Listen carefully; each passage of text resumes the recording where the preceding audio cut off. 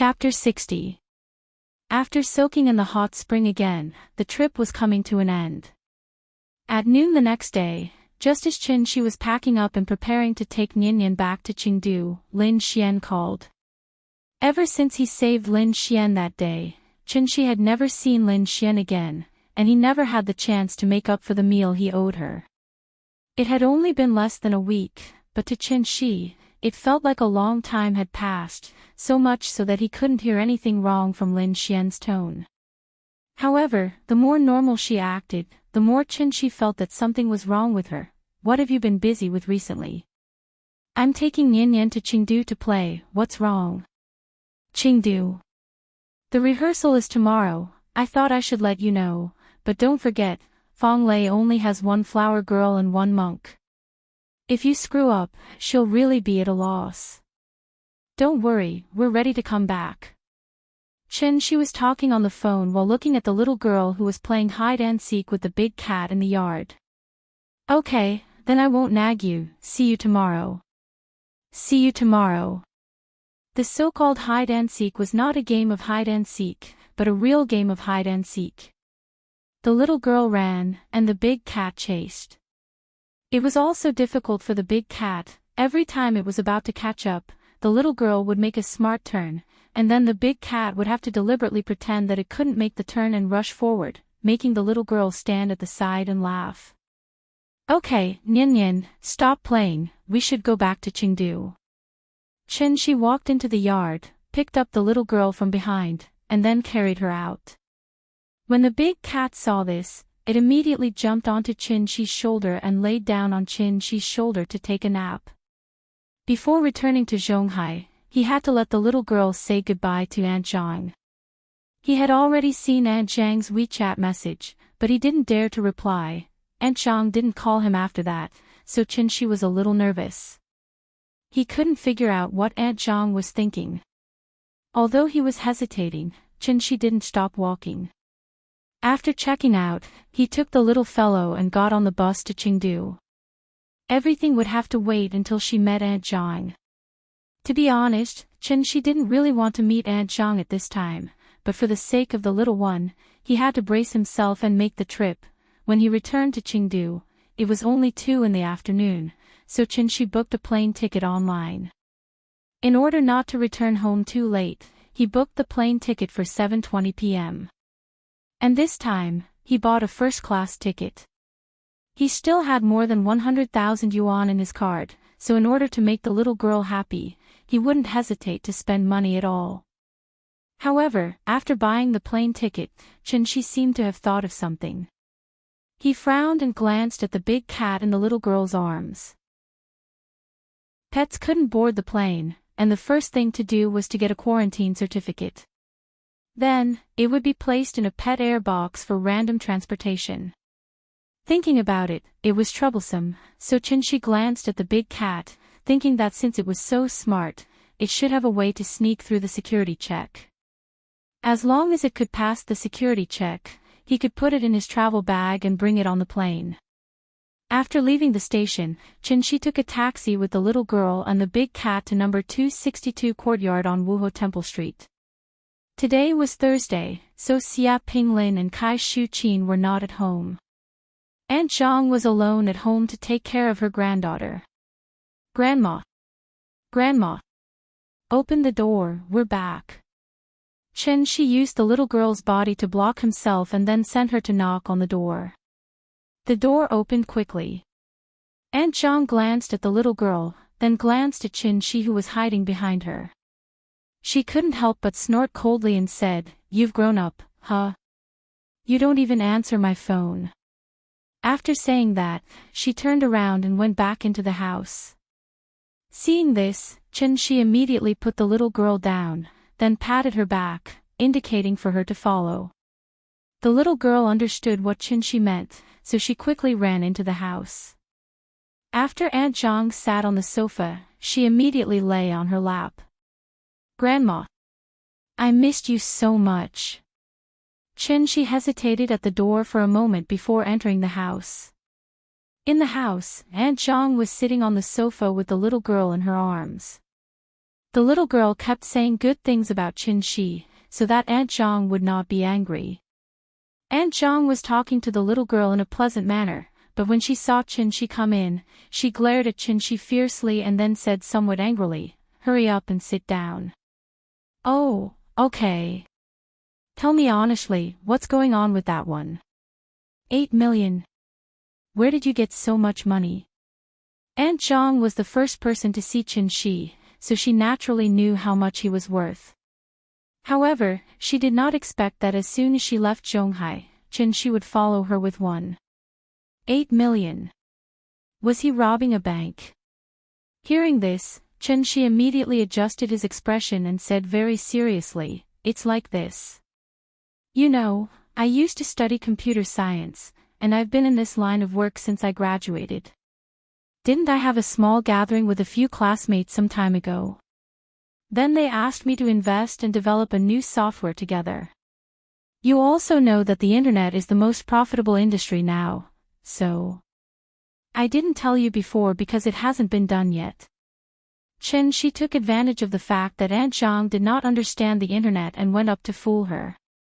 Aunt Zhang listened for a long time and saw that he seemed to be telling the truth, so she somewhat believed his words.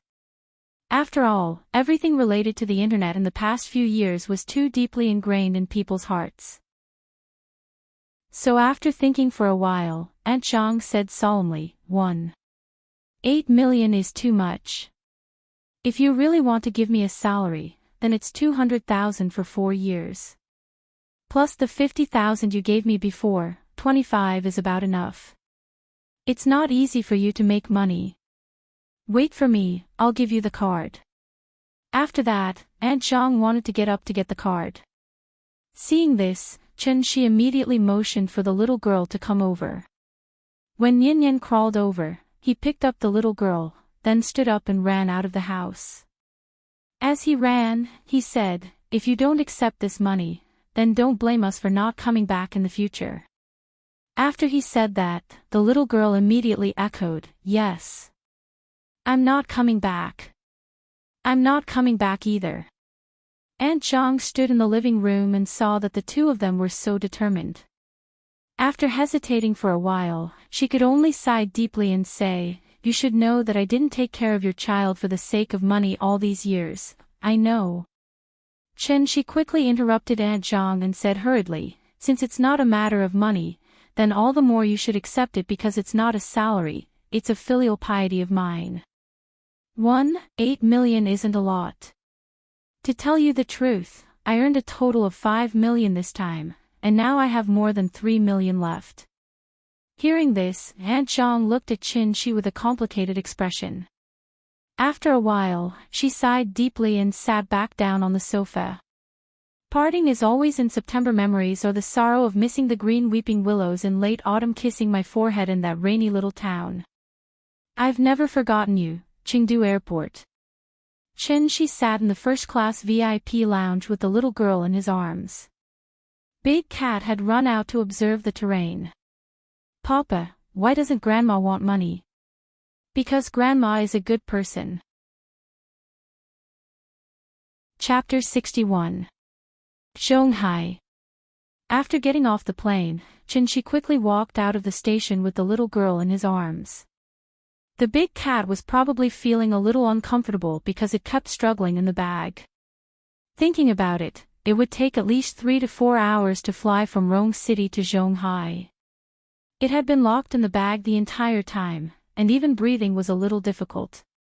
If Qin Shi hadn't released a trace of Jin Yuan for it to refine, this guy would have already started to rebel because of the suffocation. So when they reached the exit, Qin Shi quickly let it out. As soon as the zipper was pulled open, the big cat eagerly got out of the bag. Then, it jumped to the ground and immediately shook its body like a dog. "Big cat, thank you for your hard work." The little girl held the big cat in her arms, and the big cat looked around curiously.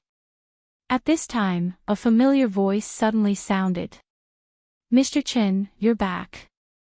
Qin Shi looked in the direction of the voice and saw Ning Zhonghua suddenly coming out of the car next to him.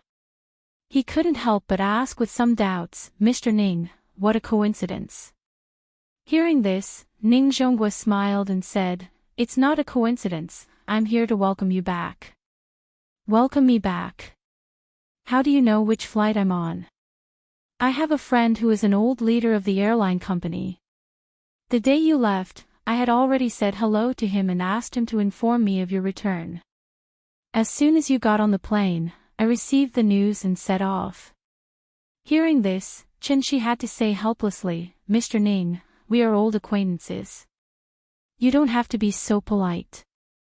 No, you are my savior, and now you are old Zhang's savior. If you have any needs, of course I should be at your service. What kind of need is taking a taxi?" Chen Shi was a little speechless.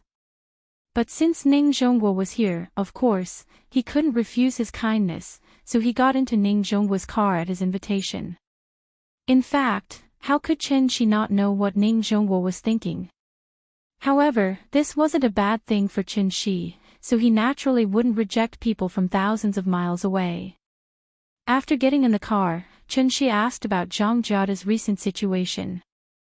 Ning Zhonghua immediately explained, "Thanks to you, old Zhang has recovered.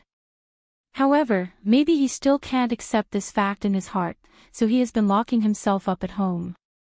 I went to visit him a few times, but I was refused at the door. Now, I can only pray that he can walk out of the shadow soon." At this point, Ning Zhonghua couldn't help but let out a long sigh. He lamented, "I didn't expect that his illness was actually caused by Ziyuan. I don't know where that brat learned this crooked method. He actually used it on his own father. He's really a villain. It's really scary. How is Zhang Ziyuan now? Old Zhang and him are father and son after all." Naturally, he couldn't take his life, so in the end, he gave him a sum of money and sent him abroad, never to let him come back. Unfortunate family. Hearing this, Chen Shi was also quite emotional. Then, he looked down at the little guy in his arms, and his understanding of education was much deeper in his heart. The car soon arrived at Kangju district. After Ning Zhonghua and Chen Shi exchanged a few polite words, Ning Zhonghua decisively ordered the driver to drive away. This made Chen Shi a little confused. He thought that Ning Zhonghua would make some request, but he didn't expect that Ning Zhonghua didn't say anything in the end. Could it be that he really came all the way here just to welcome me back? Is this necessary? Chen Shi thought as he walked into the district with the little guy in his arms. When they returned home, Chen Shi put the little guy on the ground and prepared to change his shoes. At this time, the little guy raised the big cat in front of her and said to it solemnly, "Big cat, look, we are home. This will be your home in the future." After that, she ran into the living room with the big cat in her arms, and then directly turned on the TV to look for cartoons. "Big cat, I'll treat you to cartoons." Meow. The next day. Because there was a rehearsal in the afternoon and the wedding tomorrow, Chen Shi extended the little guy's vacation to the day after tomorrow. After breakfast, Chen Shi was still washing the dishes. The little guy ran over with the big cat in her arms, and then said happily, "Papa, I want to take the big cat out to play." Where do you want to play?" "In the yard." "Oh, okay, wait for me, I'll go with you." Chen Shi nodded. When he was about to put the washed dishes into the cupboard, the little guy secretly smiled, turned around, and ran to the door with the big cat in her arms. "Hey, don't run." Chen Shi took the bowl and quickly chased out of the kitchen. But the little guy didn't listen at all. She ran to the door, and then tiptoed to open the door. Seeing this, Chen Shi couldn't stop her, so he had to shout to the big cat, "Big cat, look after her, don't let her out of the community." With the big cat accompanying her, the little guy shouldn't have any problems in the community, so Chen Shi was not in a hurry. He was going to tidy up the kitchen and then go out to play with her. Although the child was still young, he had to give her some freedom, didn't he? But then again, Nian Nian used to be very obedient and never ran out by herself. But the big cat had only been here for less than a day, and Nyan already dared to run out alone with it. Could it be that she was led astray by the big cat? As Chin-Shi washed the dishes, he wondered if he should warn the big cat. Although the big cat's intelligence was high, it was still a beast after all. In addition, it had been hiding in the mountains for years to practice, so its mind was as pure as Nyan's. After these 2 days of being together, it was more and more obedient to Nyan's words. After Nyan ran downstairs, she directly took the big cat to the children's activity area in the center of the community. This children's activity area was originally just an empty space. At that time, the neighborhood committee hadn't been disbanded yet. Everyone saw that there were more and more children in the community, so they organized all the residents to pool money together. Each family contributed more than 10 yuan to transform this place into a children's activity area. The so-called children's activity area actually only had 1 slide and 3 swings. Later, when the street office heard about this, they spent money to buy a few outdoor fitness equipment for the community, completely turning this empty space into an important leisure activity area in the community. The little girl carried the big cat to the slide. This slide wasn't as exquisite and beautiful as the slide in the kindergarten. Many parts of the slide had even peeled off, but the little girl didn't mind at all. She carried the big cat and climbed up directly. She waited in line until the child in front of her landed safely before sitting at the slide. Then, she carried the big cat and slid down excitedly. One slide was actually only a few seconds, but the little girl liked to play, so she immediately stood up after landing and was ready to line up again to play again. But at this moment, the child behind her didn't seem to notice her, so he rushed down and kicked the little girl's calf directly. The little girl immediately lost her balance after being hit by him, and her whole body fell straight to the ground just like that. Chapter 62. The sudden turn of events caused the little guy to lose his balance. His small body immediately fell straight to the ground. Because she was holding the big cat with both hands, she couldn't use her hands to support herself on the ground. Seeing that she was about to fall to the ground, the little fellow was worried about the big cat in her arms. So she instinctively bent her body slightly, afraid that she would crush the big cat if she fell. Bang! After a muffled sound, the little fellow fell heavily to the ground, face first. But fortunately, the big cat was a monster after all. So at the last critical moment, the big cat suddenly jumped out of the little fellow's arms and used its body to support her face, so that the little fellow wouldn't fall to the ground. The little fellow lay on the ground, her head on the big cat's body. Big cat. After regaining her senses, she immediately sat on the ground and hugged the big cat again, ignoring the pain. In the little fellow's heart, the big cat was younger than her, so she should be the one to take care of the big cat. The little fellow nervously looked at the big cat's condition, and after seeing that it didn't seem to have any problems, she wanted to stand up with the big cat in her arms. But just as she moved her feet, she suddenly felt a piercing pain in her knee. The little fellow looked down and found that the skin on her left knee had been scraped, and blood was still oozing out. It looked very serious.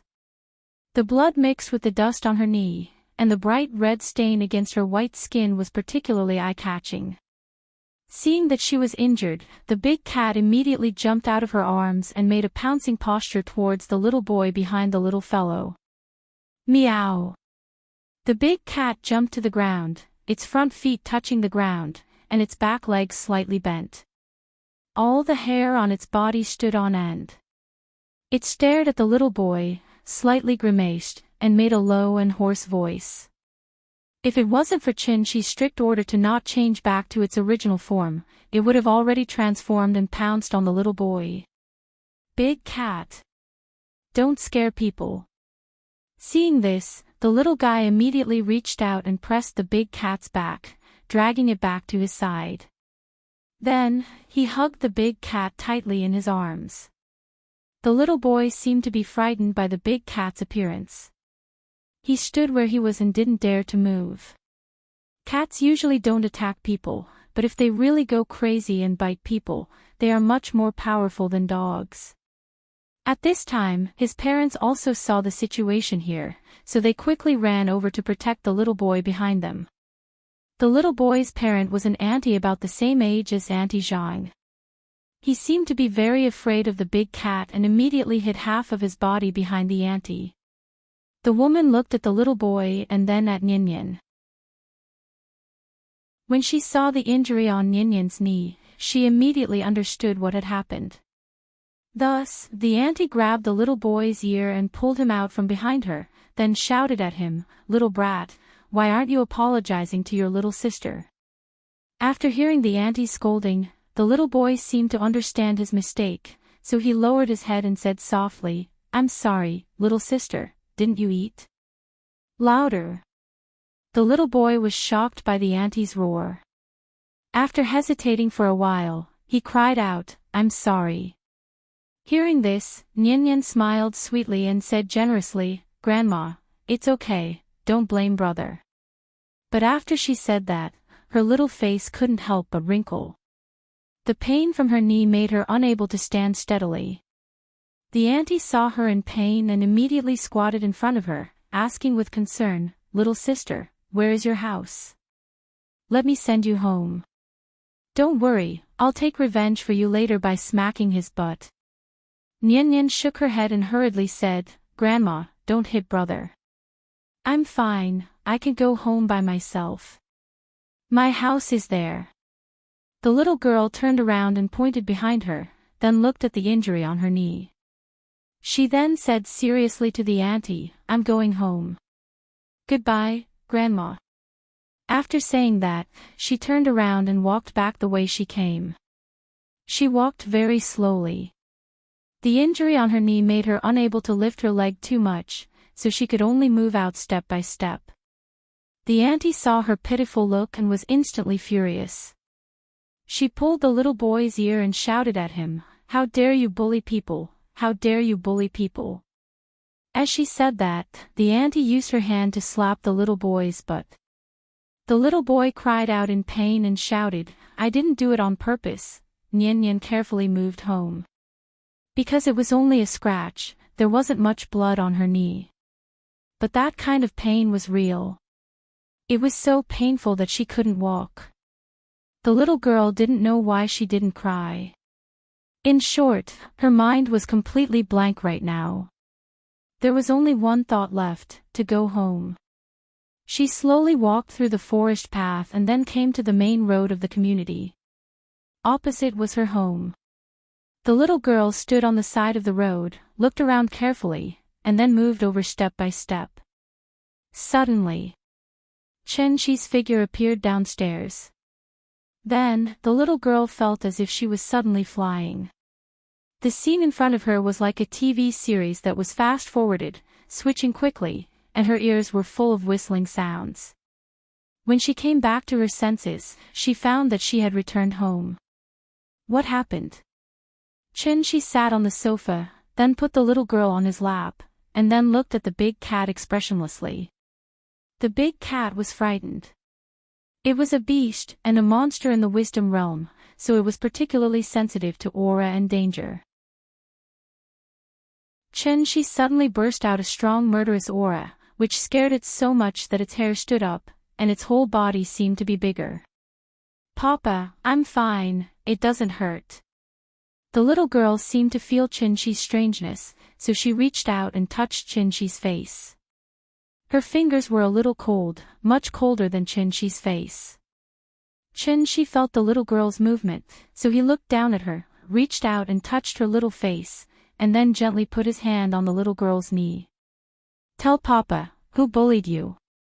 While speaking, Chen Shi's true essence rushed out like a flash flood, and the injury on the little girl's knee suddenly began to recover at a speed visible to the naked eye.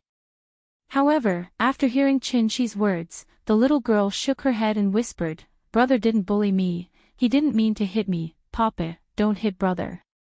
Was it really an accident?" Hearing this, Chen Shi couldn't help but frown, and turned to look at the big cat. Seeing this, the big cat immediately meowed. Fearing that Qin wouldn't understand, it quickly nodded its head. 5 minutes later. When Qin took his hand away, the little girl's knee had completely recovered. Her calf was as smooth as white jade, as if it had never been injured. The little girl scratched her knee doubtfully, but found that it was as if she had never been injured. Except for the itch in her knee, she didn't feel any pain. She was still young, so she didn't know that what happened in front of her could even be called a miracle. But she knew that it was Papa who cured her. So the little girl immediately laughed and kissed Qin on the face. Papa is so amazing. I don't hurt anymore. Asterisk asterisk asterisk asterisk asterisk asterisk asterisk asterisk asterisk asterisk. Chapter 63. In the wedding rehearsal, the main characters were, of course, the bride and groom. Therefore, as a flower girl, the little fellow could not have too many scenes. She only needed to take a flower basket full of petals, appear before the bride, and sprinkle flowers along the carpet. The reason why she was asked to come to the rehearsal was that he was worried that the child would be too young to walk alone on the carpet under the attention of thousands of people. A wedding was sacred and solemn, so it should be done to the best of its ability. Because of the episode just now, the little fellow did not want to go out to play anymore. Seeing this, Qin took her out directly and took a taxi to the address sent by Lin Xian, ready to let her play at the rehearsal place. Fang Lei's family was very rich, which Qin had always known. But it was not until he took the little fellow to the rehearsal place sent by Lin Xian that Qin suddenly had a more intuitive understanding of Fang Lei's family's financial resources. Because Fang Lei's wedding would be held on a luxurious cruise ship. In recent years, with the development of society, cruise ship tourism had become an important part of the international tourism industry, and the total number of passengers around the world was as many as millions. Therefore, more and more people in Huaxia chose to travel by cruise ship. Cruise ships were no longer a rare thing, but it was rare to see someone like Fang Lei who rented an entire cruise ship just for the sake of holding a wedding. This cruise ship was called Xingmeng, and it was a very luxurious large cruise ship, with a displacement of up to 120,000 tons and a maximum capacity of 3,500 passengers. Xingmeng had only been out of the factory for a short time, so compared with some cruise ships around the dock that had been in service for more than 10 or 20 years, it was particularly eye-catching and even exuded a fascinating sense of science fiction. Papa, this ship is so big, even bigger than the Buddha. Qin stood on the dock with the little fellow in his arms. The little fellow looked up at the giant cruise ship in front of her, and could not help but open her mouth slightly and let out such a sigh. Hearing this, Qin rubbed her little head and said, "The ship is one by one, not one by one, remember?" "Oh, I remember." The little girl nodded blankly, then pointed at the cruise ship and shouted, "Papa, I want to go up and play. I want to take a big ship." "Don't worry, we can only go up when Big Sister comes to pick us up." So, Qin hid in the shadow of the cruise ship with the little girl in his arms. While telling her a story, he quietly waited for Lin Xian to arrive. It was now afternoon, and the salty sea breeze wrapped around the warm sunlight, making everything around them seem so peaceful. On the pier, the sound of crashing waves could be heard again and again. It was like pleasant music, making people feel comfortable. The big cat jumped out of the little guy's arms and ran to a stone pillar where it could bask in the sun and lay down. Looking at its lazy expression, it looked more and more like a real cat. After a while, Lin Xian appeared at the stairs of the cruise ship with a phone in her hand. She looked down, then waved to Qin and his daughter and shouted, "Qin, come here." After the previous few contacts, the little fellow had completely forgotten the unpleasant incident when she first met Lin Xian. So when Qin came to Lin Xian with her in his arms, the little fellow took the initiative to call out to Lin Xian sweetly, "Big sister. Nian Nian is so good. Come and let Big sister hug you, okay?" "Okay." The little fellow reached out and then moved from Qin's arms to Lin Xian's. At this time, the big cat, who was squatting on the stone pillar, also saw the situation here, so it quickly jumped down from the stone pillar, turned into a black shadow, and jumped on Qin Shi's shoulder in an instant. "Oh, you have a pet." Lin Xian glanced at the big cat that suddenly appeared, and was immediately attracted by its obedience, so she reached out and touched the big cat's head. The big cat narrowed its eyes slightly, and after Lin Xian took her hand away, it softly meowed, as if it was greeting Lin Xian. Didn't they say that children can't have pets at home? There seems to be such a saying, but the big cat is different from other pets. It likes to be clean. Qin Shi explained with a smile. Lin Xian didn't understand this, so she didn't ask anymore. Star Dream was very big, and Fong Lei's wedding would be held on the top deck, so Lin Xian took Qin Shi straight to the top deck. In order to have a perfect wedding, Fong Lei had signed a contract with the China Ocean Group as early as half a year ago, booking Star Dream for 3 days. Star Dream had a total of 1751 cabins, 26 elevators, and 18 decks, 14 of which were available for tourists to move around. The ship was so big, so of course, it had a lot of supporting facilities. For main restaurants, 2 special restaurants, and 21 bars were just the basic facilities. In addition, there was a bowling alley, a sports field, a swimming pool, a spa, and a children's park. It really had everything, and it was very luxurious. Qin Shi followed Lin Xian to the top deck, and the first thing that came into view was a huge open-air swimming pool. He looked at the surrounding environment, then looked at the exquisite swimming pool, and couldn't help but sigh. Fong Lei usually doesn't talk much, and she looks like a cold goddess. I didn't expect her to love romance so much. You really can't judge a book by its cover. Hearing this, Lin Xian rolled her eyes at him and said, "Romance is a woman's nature. If I had the money, I would definitely have a romantic wedding like hers in the future. That way, I wouldn't have lived in vain." Well, maybe it's really because poverty has limited my imagination, so before I came here, I didn't think that a wedding could be held on a cruise ship. The two chatted as they walked across the deck. At this time, Lin Xian suddenly thought of something, and turned to look at Qin Shi and asked, "Hey, by the way, you and Yingying didn't have a wedding, right?" After saying that, before Qin Shi could answer, she covered her mouth and said apologetically, I'm sorry, I shouldn't have mentioned this." "It's okay." Qin Shi smiled and shook his head, indicating that he didn't mind. However, when Lin Xian mentioned it, it reminded him of some memories, and he couldn't help but sigh. "Yes, Nian is already 4 years old, but I still owe Yingying a romantic wedding. In fact, 5 years ago, Qin Shi also fantasized about what his wedding with Yingying would be like. Unfortunately, Yingying didn't seem to like this topic, so Qin Shi never had an in-depth conversation with her on this topic. Therefore, he didn't know what Yingying was looking forward to their wedding. Qin Shi looked at the busy wedding staff in front of him and couldn't help but be a little lost in thought. Maybe, compared to a grand and romantic wedding, Yingying actually preferred to spend time with each other in a simple and peaceful way. Drinking wine and growing old together. Chapter 64. Love was a matter of 2 people. Marriage was a matter of 2 families. Since family was mentioned, the parents' suggestions were naturally important. Therefore, even if Fong Lei was unwilling, she had to compromise in the end. The wedding ceremony could be done in a pure Western style, but the reception of guests and the banquet afterwards must be done according to Chinese standards. Among the 4 ancient civilizations, ancient Egypt, ancient India, and ancient Babylon had long been annihilated in the long river of history because of the invasion of foreign tribes.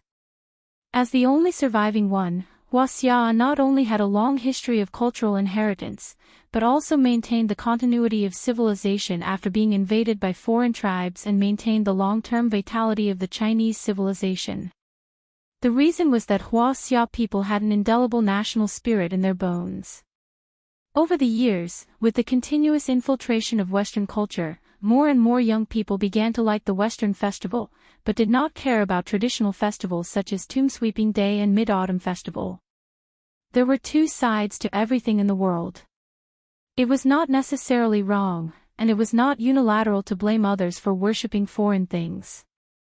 Thanks to Fong Lei, Chen Shi and the little fellow also enjoyed the luxury suite on the cruise ship. Although it was not as good as the 5-star hotel they lived in Immerse, it had a different experience. The little fellow was very excited. This was the first time she had been on a cruise ship and the first time she had attended someone's wedding. So, in the middle of the night, she finally fell asleep under the comfort of Chen Shi. The next morning. Because in Western culture, if the groom saw the wedding dress before the ceremony, it would be regarded as inauspicious, so Western weddings did not have the part of picking up the bride. Therefore, Fong Lei and her fiancé, Wang Shiwu, had been living on the cruise ship since last night, quietly waiting for the wedding to begin. Fong Lei's father was a college student in the 1980s. After graduation, he entered the state unit. Later, he caught up with the business boom in the 1990s, so he resolutely resigned from his position as a cadre of state-owned enterprises and came to Zhonghai alone to work hard. It took him decades to finally lay a large foundation. Fong Lei's father was highly educated and cultivated. He could be said to be the model of a generation of scholarly businessmen, so he was very popular in the circle of rich people in Zhonghai. Today was his only daughter's big day, so many rich and powerful people would come to support. Early in the morning, countless luxury cars appeared at the dock. Father Fong and Mother Fong both felt that the Western style was not desirable, so no matter how much Fong Lei complained, they were not moved. Instead, they changed into brand new formal attire early in the morning and stood at the dock to personally welcome every guest. When an ordinary family got married, they would usually arrange 30 to 40 tables. Some families would arrange 80 to 100 tables. However, for a wealthy family like the Fong family, who had a wide network of connections and friends all over the world, there would naturally be more guests. Due to the limited number of seats on the top deck, not everyone could get an invitation of the highest standard and go to the top deck to watch the ceremony. As for the guests who were unable to go to the top floor, they were arranged to stay on the lower deck and watch the live broadcast through the big screen. Guests arrived at the cruise ship one after another at 9:00 in the morning. Fong Chio's father welcomed every guest with a smile. Suddenly, his assistant ran to his side and whispered to him, "Mr. Fong, the two Mr. Nings from the Ocean Group are here." "Oh? Old Ning is here too. Wasn't he in poor health recently?" Fong Chio's father was a little surprised. He quickly looked in the direction his assistant was pointing and saw Ning Zhonghua in the crowd. Therefore, he immediately walked out from behind the reception area and laughed. "Old Ning, what a rare guest. Let's have a few drinks later." As he spoke, he walked up to Ning Zhonghua and gave him a warm hug. Some of the guests around did not know Ning Zhonghua, but after seeing Fong Chio's father's action, they immediately paid attention and secretly observed Ning Zhonghua, wanting to remember him firmly in their hearts. After the hug, Ning Zhonghua immediately said with a smile, "Old Fong, you're treating me as an outsider. Your precious daughter is getting married, so of course I have to come and support her. Hey, I heard that you were hospitalized some time ago, right? How are you? Are you feeling better?" "I'm fine. I'm in good health now." Fong Chio's father and Ning Zhonghua exchanged a few polite words, then his eyes fell on Ning Chodong. "Oh, Chodong has become prettier again. When are you going to invite me to the wedding?" In order not to steal the bride's limelight, Ning Chodong specially chose a rather dignified and low-key black gown today. Hearing this, Ning Chodong smiled.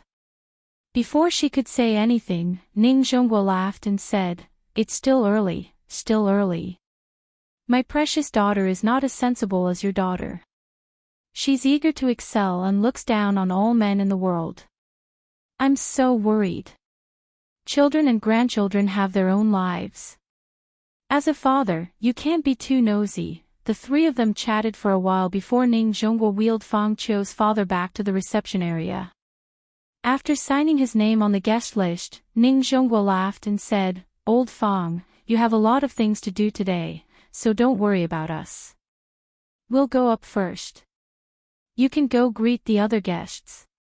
When you're done, we'll meet again." "Okay, then I'll be rude." Fang Qiu's father nodded, then waved his hand to call over his assistant. "Xiao's son, bring President Ning up first." The assistant nodded. Just as he was about to invite the father and daughter of the Ning family to board the ship, Fang Qiu's father stopped him and whispered in his ear, "First row." The assistant nodded calmly. After boarding the ship, he led the father and daughter of the Ning family to the other side of the tunnel. They took the elevator directly to the top deck. Chen Shi took advantage of the time to bring the little girl to the top deck. At this time, many guests were already seated. Melodious light music echoed above the deck. There were white flowers and exquisite decorations all around. As time went by, the orange-red sun slowly rose from the east, gradually blooming with golden light.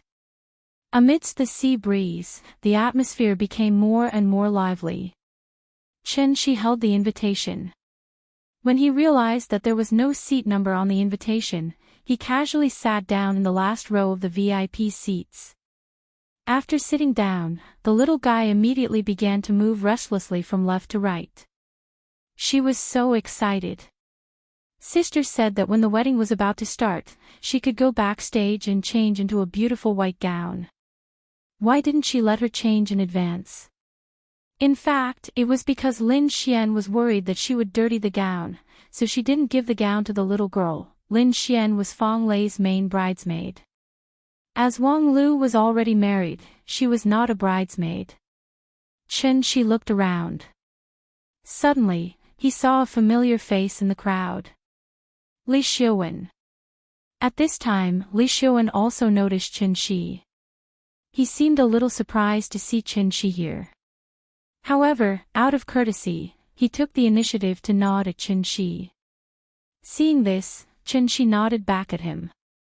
However, at this time, Li Xiuwen suddenly froze.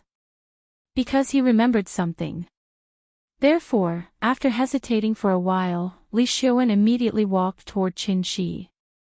"Mr. Chen, how are you? Asterisk asterisk asterisk asterisk asterisk asterisk asterisk asterisk asterisk asterisk Thank you to Big Boss, still playing, for the 34,500 reward. Old man, don't rush me to update, I'm already crying, I'm sincerely recommending something good to you guys. I read it every day anyway. The microtheater allows you to watch the complete version of Steel Alchemist in 2 hours. Not only does it save time, but it also allows you to fully understand the plot and essence of the manga. It's highly recommended. I've watched this anime many years ago, but I've almost forgotten it. It's a masterpiece with 0 negative reviews. In addition, he has commentaries for classic animes such as Fate, The Holy Grail War, and Eva. It allows people like me who want to watch anime, but find it too long and wordy, to quickly understand the plot. Other than anime, there are also commentaries for classic movies and TV series. Chapter 65. How have you been? Chen Shi nodded in response. To be honest, he was not familiar with Li Xiuwen. And that night at Sally's restaurant, he even injured Zhao Yuan in front of Li Xiuwen. Regardless of whether Zhao Yuan was familiar with Li Xiuwen or not, at least Zhao Yuan was called by Li Xiuwen. Therefore, when Chen Shi injured Zhao Yuan, it was already disrespectful to Li Xiuwen. Therefore, Chen Shi did not think that Li Xiuwen would have a good impression of him. However, after the two met, Li Xiuwen's reaction was somewhat out of his expectations. What's Mr. Chen been busy with recently? After greeting Chen Shi, Li Xiuwen sat beside Chen Shi and asked with a smile. Taking care of the child. After saying that, Chen Shi rubbed the little one's head. His behavior immediately made the little one unhappy. She quickly reached out and patted Qin-Shi's hand. Then, she gently covered her hair with both hands and said in a coquettish voice, "Papa, you're so annoying. Don't touch my hair." The little one's hairstyle today was not simple. Qin-Shi woke up early in the morning and followed the steps on the internet step by step to make her a flower girl hairstyle. It was very complicated, but it really looked good, so the little one liked it very much. Really? Ha! Li Xiaowen could not help but laugh dryly. He had already seen Qin-Shi's information from Zhao Yuan, but his intuition told him that Qin-Shi was not simple. If he was really as simple as the information described, how could he explain the blank 5 years in between? It was very rare in today's society for a person to mysteriously lose 5 years' worth of information and not be able to find anything. It was also because of this that when Zhao Yuan wanted to seek revenge on Qin-Shi, he was not optimistic about Zhao Yuan and even wanted to advise Zhao Yuan not to pursue the matter anymore. Unfortunately, Zhao Yuan wanted to hurt Lin Xian, and because of this, he angered Li Xiaowen. The two parted on bad terms, so Li Xiaowen did not know whether Zhao Yuan had sought revenge on Qin-Shi or not. Following this period of investigation, Li Xiaowen realized that things were getting more and more complicated. Because Zhao Yuan had gone missing. The day after the two of them met, she disappeared. Even the Zhao family did not know where Zhao Yuan had gone. It was as if he had completely disappeared from the face of the earth. No matter how one looked at it, there was something strange about this matter. Hence, the moment Li Xiaowen saw Qin-Shi, he could no longer suppress the doubts in his heart. He pretended to ask casually, "Oh, by the way, I wanted to ask you, did Zhao Yuan come to you again after that?" Hearing this, Qin-Shi did not immediately answer. Instead, he glanced at Li Xiaowen without batting an eyelid. Seeing this, Li Xiaowen immediately chuckled and explained, "Zhao Yuan and I can be considered acquaintances. Mr. Qin, you are Lin Xian's friend. If he still finds trouble with you, I can be a peacemaker and have a good talk with him. After all, it's better to squash enmity rather than keep it alive." After hearing Li Xiaowen's words, Qin-Shi shook his head and said calmly, "He didn't find me." "Oh," Li Xiaowen nodded, then said somewhat unwillingly, "All right, if you need any help, just let me know. I don't have your number yet. If you don't mind, let me know." As he spoke, Li Xiaowen took out his phone and waited for Qin-Shi to give him the number. But at this moment, a voice suddenly came from behind them. "Mr. Qin." Qin-Shi looked back and saw Ning Zhonghua and Ning Qiudong coming up behind him, side by side. "Mr. Ning." "Ah, what a coincidence, Mr. Qin." Ning Zhonghua laughed as he came to Qin-Shi's side, then sighed. "We are really fated to meet at someone else's wedding. This time, I didn't arrange it on purpose." After saying this, Ning Zhonghua laughed loudly, as if meeting Qin-Shi here was something to be happy about. "Mr. Qin, hello." Ning Qiudong looked at Qin-Shi with a complicated expression, then lowered her head to greet him. She had already heard about Zhang Jiada from Ning Zhonghua, so she truly understood how powerful Qin-Shi was. Therefore, when she spoke, her tone and expression naturally carried a little bit of respect. Ning Zhonggua's sudden appearance caught Li Xiaowen off guard. They were all in the same circle, so how could he not know Ning Zhonghua and Ning Qiudong? He also had his own shipping company, but compared to the Ning family's ocean group, it was really a small business. Many of his company's orders were even leftovers from the ocean shipping group, and then they were casually outsourced to him. "Uncle Ning, Sister Ning, hello." After Ning Qiudong and Qin-Shi finished talking, Li Xiaowen quickly stood up and chose a very suitable time to appear in front of Ning Zhonghua. Ning Zhonghua seemed to have seen Li Xiaowen at this time. He turned his head and laughed. "Oh. It's Xiaowen. Where's your dad? Why don't I see him? My dad is still abroad, so I can only come on his behalf today." Oh, okay." Ning Zhonghua nodded, as if he had no intention of talking to him in depth. Seeing this, Li Xiuwen could not help but feel anxious. Although the ocean shipping group had been handed over to Ning Qiudong, Ning Zhongguo's words still had a decisive effect. In fact, Li Xiuwen's relationship with the Ning family was quite deep. The reason why he was named as one of the top 10 youths in Zhonghai was mainly because of his shipping company. This company was built by him, and the reason why it developed so quickly was because of Ning Zhongguo's help. A small company with no qualifications, in just a few years, through the outsourcing of the Ocean Shipping Group, became one of the top 10 shipping companies in Zhonghai. What did it rely on? It relied on face. It was his dad's face. Ning Qiudong looked down on Li Xiuwen, because she felt that this person lived too superficially. Although they were all rich second-generation heirs living in the shadow of their fathers, Ning Qiudong could take charge of the entire ocean shipping group on her own. Li Xiuwen, on the other hand, only knew how to deal with the media in his empty company, busy with magazines and newspapers, and promote his name as one of the top 10 youths in Zhonghai. His so-called projects were, in fact, all obtained through connections. Therefore, after Ning Qiudong took charge of the ocean shipping group, she started to reduce the number of outsourced projects, intentionally or unintentionally, in the name of maximizing profits. This move made Li Xiuwen's life a little difficult, so he had already started to plan to wait for his dad to come back to China, and bring him along to visit Ning Zhongguo. He did not expect to see Ning Zhongguo here today, so he was caught off guard. Li Xiuwen was still thinking of ways to strike up a conversation with Ning Zhongguo, but at this moment, Lin Xian, wearing a white off-shoulder bridesmaid dress, suddenly appeared. She stood by the railing on the deck, waved at Qin Shi from afar, and shouted, "Qin Shi, over here, quickly bring Nian Nian over to change. The wedding is about to begin. Thank you to Katatsumuri for the 10,000 reward.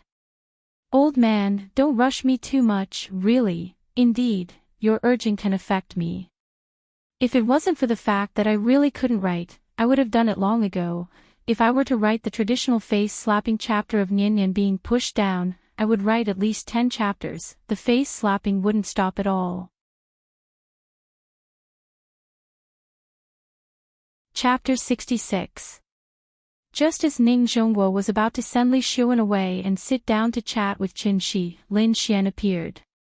Her appearance immediately attracted the attention of many people. Lin Xian was very beautiful today. Although she had already put on the simplest bridesmaid makeup in order not to steal the bride's limelight and wore the simplest white dress, it still could not hide her beauty. "Excuse me, I'll excuse myself for a moment." Qin Shi stood up, nodded slightly at Ning Zhongguo, and walked towards Lin Xian with the little fellow in his arms. "You go ahead, we'll talk later." Ning Zhongguo hurriedly stepped aside and gestured for him to go ahead. Li Xiuwen was confused by his actions. Looking at this situation, Ning Zhongguo's relationship with Qin Shi was much better than he had imagined. Also, Li Xiuwen had a feeling. Ning Zhongguo seemed to be lowering his status in front of Qin Shi. What kind of show was this? Li Xiuwen had not recovered from his shock, but Ning Zhongguo had already walked away. When Li Xiuwen finally reacted and wanted to chase after Ning Zhongguo to chat, Ning Zhongguo had already walked towards the first row of the VIP seats under the guidance of his assistant. That place was not a place anyone could sit, so Li Xiuwen had no choice but to stop in his tracks. Then, he turned to look in the direction that Qin Shi had left. He saw Lin Xian carrying the little fellow and chatting happily with Qin Shi as they walked towards the staircase. Qin Shi carried the little fellow to Lin Xian. After sizing her up, he teased, "You're so beautiful today, don't steal the bride's limelight." Hearing this, Lin Xian could not help but spit at Qin Shi. Her face was a little red, and her tone was a little shy. She complained, "Don't talk nonsense, there's only one main character today, I'm not as pretty as her." Although that was what she said, Lin Xian felt that Qin Shi's words made sense, so she decided to touch up her makeup later. For example, she would make her nose shorter and her skin tone darker. This was what a bridesmaid should do. Sister, hug. This was the first time the little fellow had asked her to hug him, so Lin Xian was stunned for a moment, and then quickly took the little fellow from Qinshi's arms. After she hugged the little fellow immediately wrapped his arms around her neck and leaned his head on her snow-white shoulders. The reason why the little girl was so enthusiastic was actually not because of the little dress that belonged to her. Girls liked beautiful things, even children were no exception. Was not an exception. So after wearing it once yesterday, the little fellow was completely mesmerized. Because Lin Xian was dressed as the main bridesmaid, when the guests saw her, they would stand to the side and make way for her. At the same time, they would smile and nod at her. The two of them walked side by side on the deck for a while. After seeing that there were not many people around, Lin Xian pretended to be nonchalant and asked, "Who was that woman in black? Why do I feel like I've seen her before?" Qinshi thought for a moment before realizing that she was referring to Ning Qiudong, so he introduced her. "She's Ning Qiudong, Li Xiuan also knows her, so I guess you've seen her before." Hearing this, Lin Xian was silent. When she sent Qinshi home that day, she saw some things with her own eyes. In order to see the woman's face clearly, Lin Xian especially waited until the woman left before leaving. So she could not be wrong. The woman in the black dress was the woman who suddenly knelt in front of Qinshi that night. After thinking for a while, Lin Xian continued to ask, "Li Xiuan's friends are not ordinary people, didn't you just return to Zhonghai? How did you get to know them?" "Because of a misunderstanding, I became friends with his father, so I went to their house a few times." After hearing his words, Lin Xian secretly glanced at Qinshi. He was not telling the truth. But since Qinshi did not want to say, she naturally did not ask anymore. Thinking of this, she could not help but snort lightly, and then did not want to talk to Qinshi anymore. Carrying the little fellow, she quickly walked into a room around the corner. "Wait here, I'll bring her to change." "Okay." Bam! The sound of the door closing was a little loud. Qinshi did not seem to notice Lin Xian's strange behavior. After seeing her close the door, he stood by the railing and looked down at the scenery below. After waiting for a while, Lin Xian still had not come out, but the sound system on the cruise ship rang. The band on the top deck began to play. The string quartet performed a soothing and melodious classical music. After the guests on all levels of the cruise ship heard the music, they stopped the noise and sat quietly in their seats, waiting for the wedding to begin.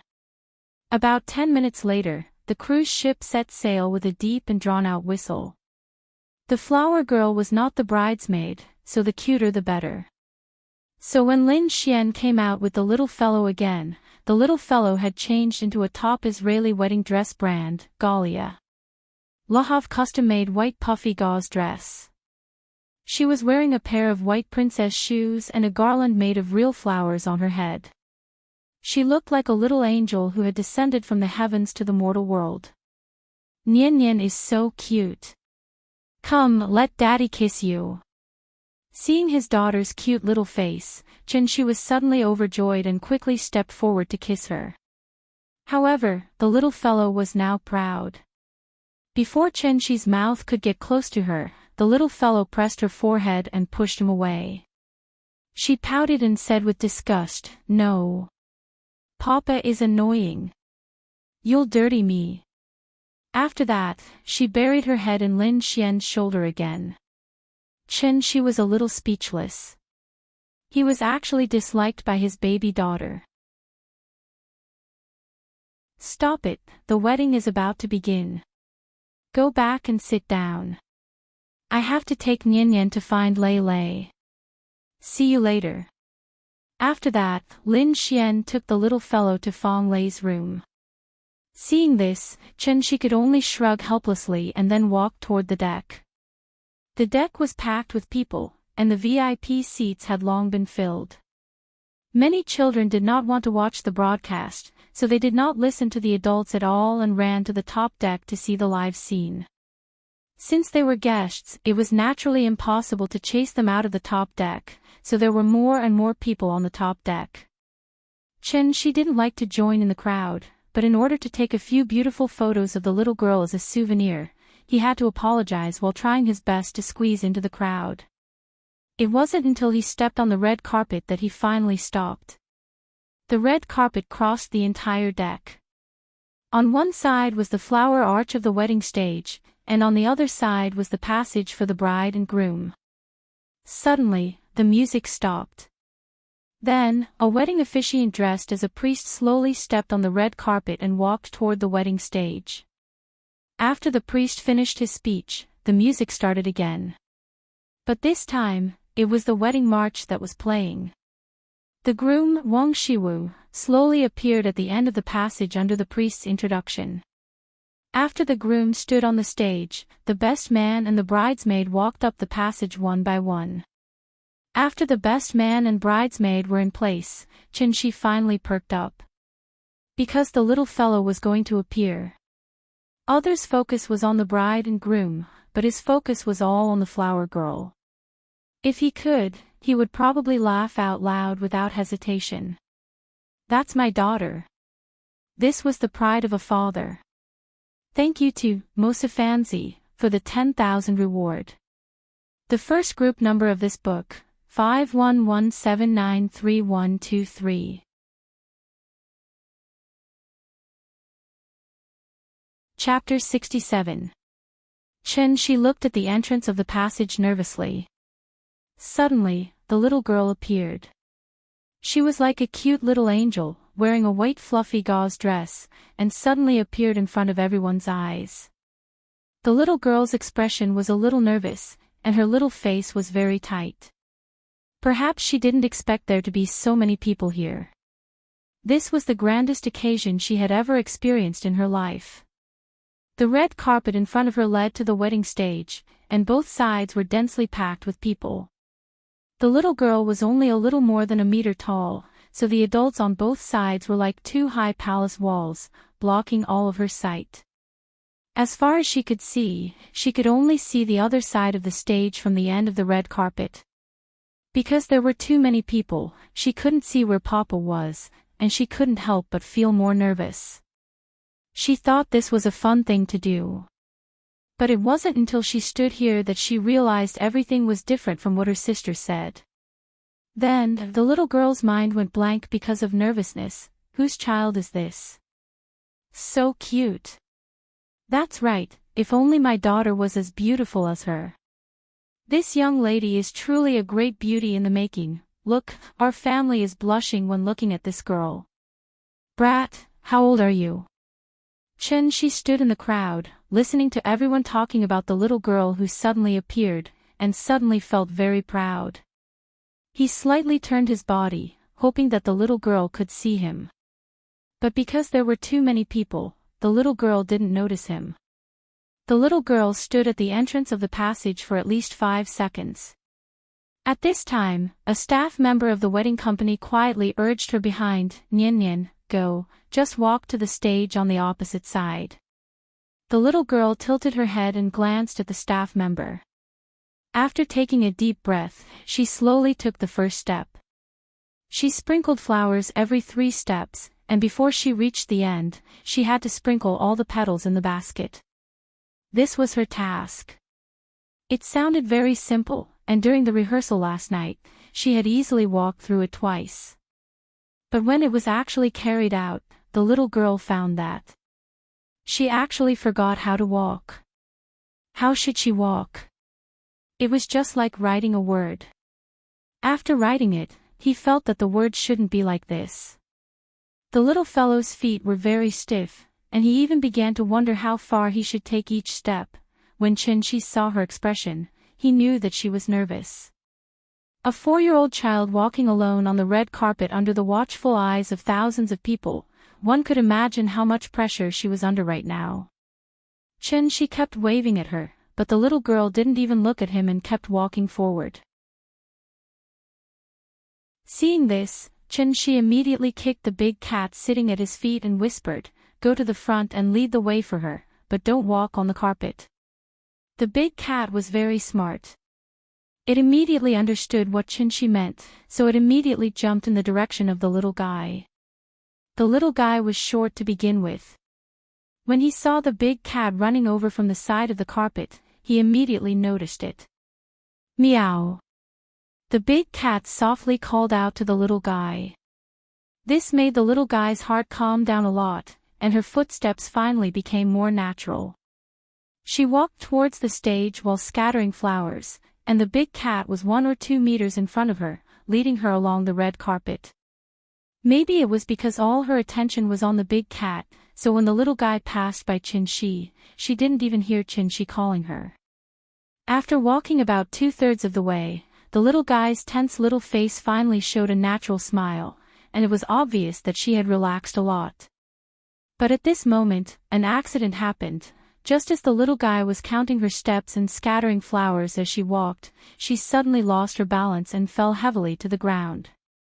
As if replaying the scene from yesterday, the way she fell was exactly the same as yesterday. But this time, the big cat didn't cover her in time. Amidst the exclamations of the crowd, the little guy fell heavily to the ground, and the petals in the flower basket scattered all over the ground.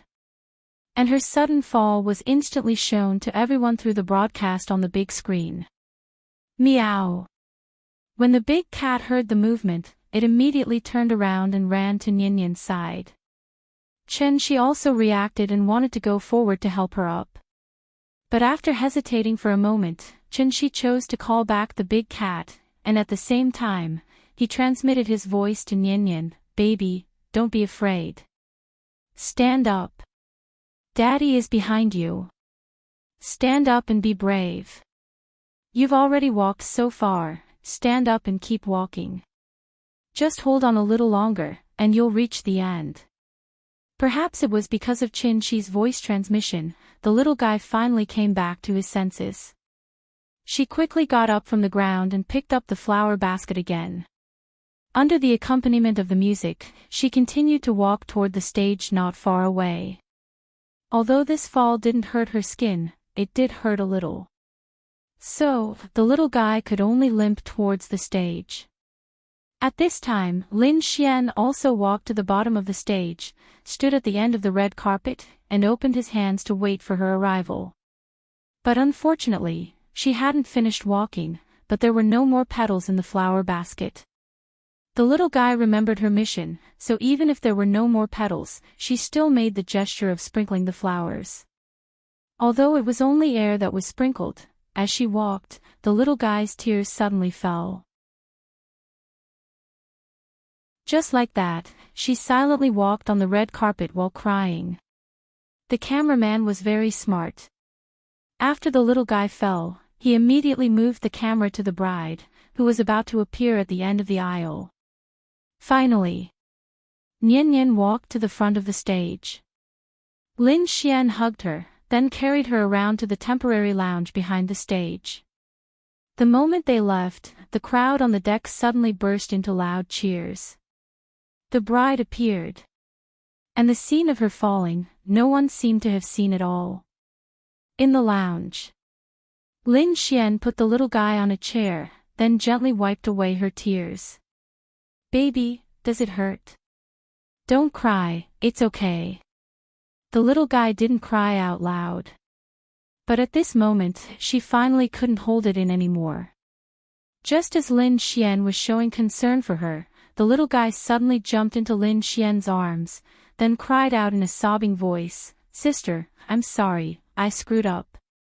It's okay, baby, you've already done very well, don't cry, don't cry." Lin Xian hugged the little guy tightly, constantly comforting her. She was very sad and blamed herself, so she kept repeating, I'm sorry. At this moment, Chin-shi finally rushed over. Lin Xian glanced at Chin-shi, then motioned for Chin-shi to come over. She was the main bridesmaid, so she couldn't just leave. Lin Xian gently pushed the little guy into Chin-shi's arms. At this moment, the little guy finally saw Chin-shi. So, she cried even harder.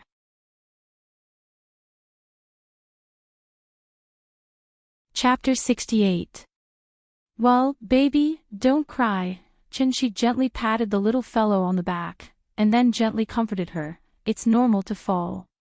You don't have 4 legs like the big cat. Daddy often falls down. Didn't you fall down once yesterday?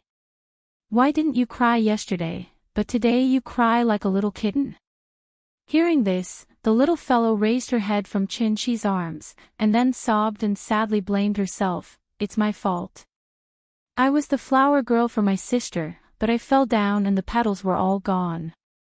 I'm so sad. I'm so sad. The more the little fellow spoke, the sadder she became, and her snot and tears could not stop flowing. Chen-shi quickly took out a few pieces of paper and wiped her face. Then he held the little fellow in his arms and comforted her. It's okay, it's okay. Sister won't blame you, and Daddy won't blame you. It's not terrible to fall down. What's terrible is not having the courage to stand up, understand? The little fellow did not speak, but her crying was much softer. Seeing this, Chen-shi gently patted her on the back again and said softly, You're still young, and you'll definitely encounter different kinds of difficulties in the future.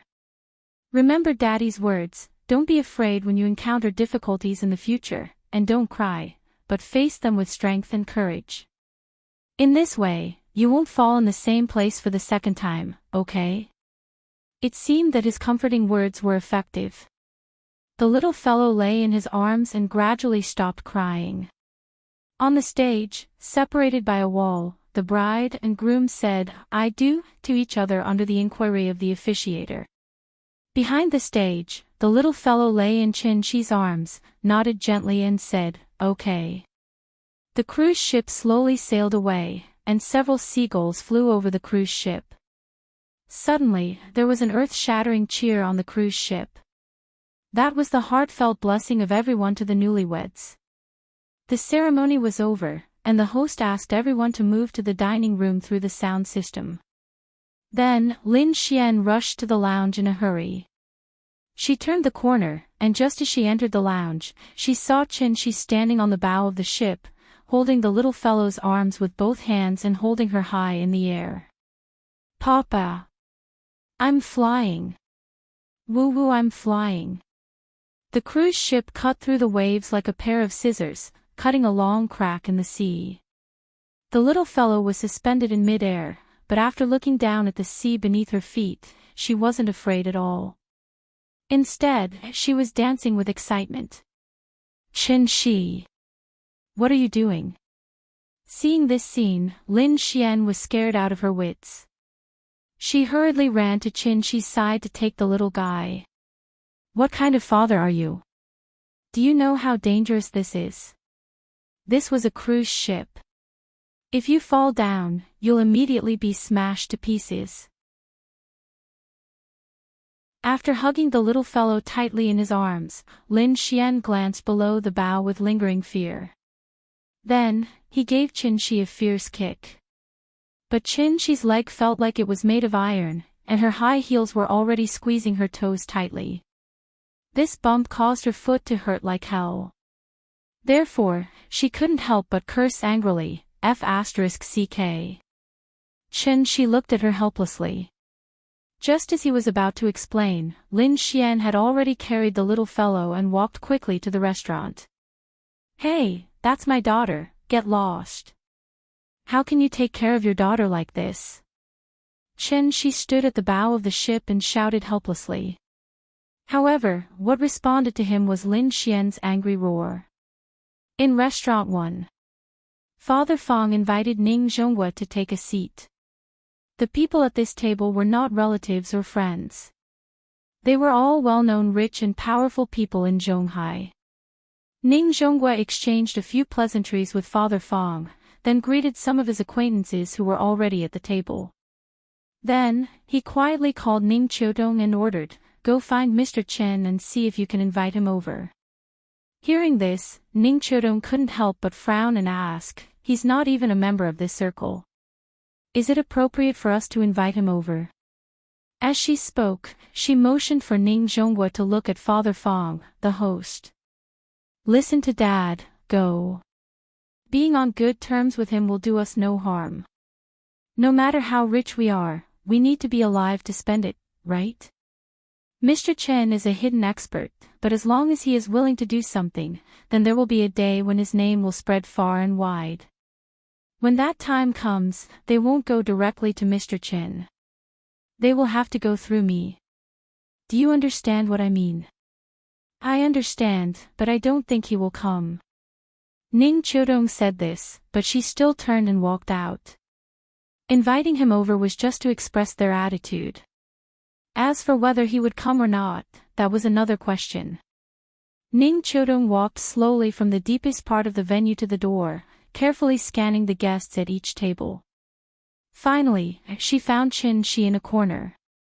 Lin Xian was the main bridesmaid, so after carrying the little girl into the dining room, she had to return the little girl to Qin Shi. Then, she changed into the toast dress with Fong Lei. Qin Shi's table was very interesting. It seemed to be a table for women and children. At the 12 tables, he was the only man. The others were all women and children. Ning Chodong stood not far away, listening to Qin Shi and a few women talking about children's education. She couldn't help but feel a little absent-minded. 100,000 yuan was not even enough for her to buy a bag. It was also because of this 100,000 yuan that she almost killed Ning Zhonghua. Therefore, after this incident, Ning Chodong's personality changed a lot. In the past, she was the female president who had just taken charge of the Ocean Group. Her whole body exuded a sharp aura, like a sharp blade. Her imposing manner was enough to make everyone unconsciously bow their heads in front of her. She always meant what she said. As long as she made a judgment, she would absolutely believe in her own judgment. It wasn't until that day, when she helplessly knelt in front of Qin Shi, that she finally realized where she had gone wrong.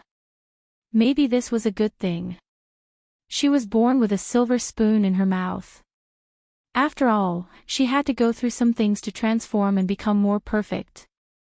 After hesitating for a moment, Ning Chodong came behind Qin Shi and said softly, "Mr. Qin." Qin Shi looked back and saw that it was Ning Chodong, so he asked, "Miss Ning, what's the matter?" "My father wants to invite you to his table. Do you think it's okay?" Ning Chodong pointed to the deepest part of the venue. Seeing this, Qin Shi immediately shook his head and said politely, "No, it's okay. I have a child here, so it's not that troublesome." Emichim. "Okay, take your time."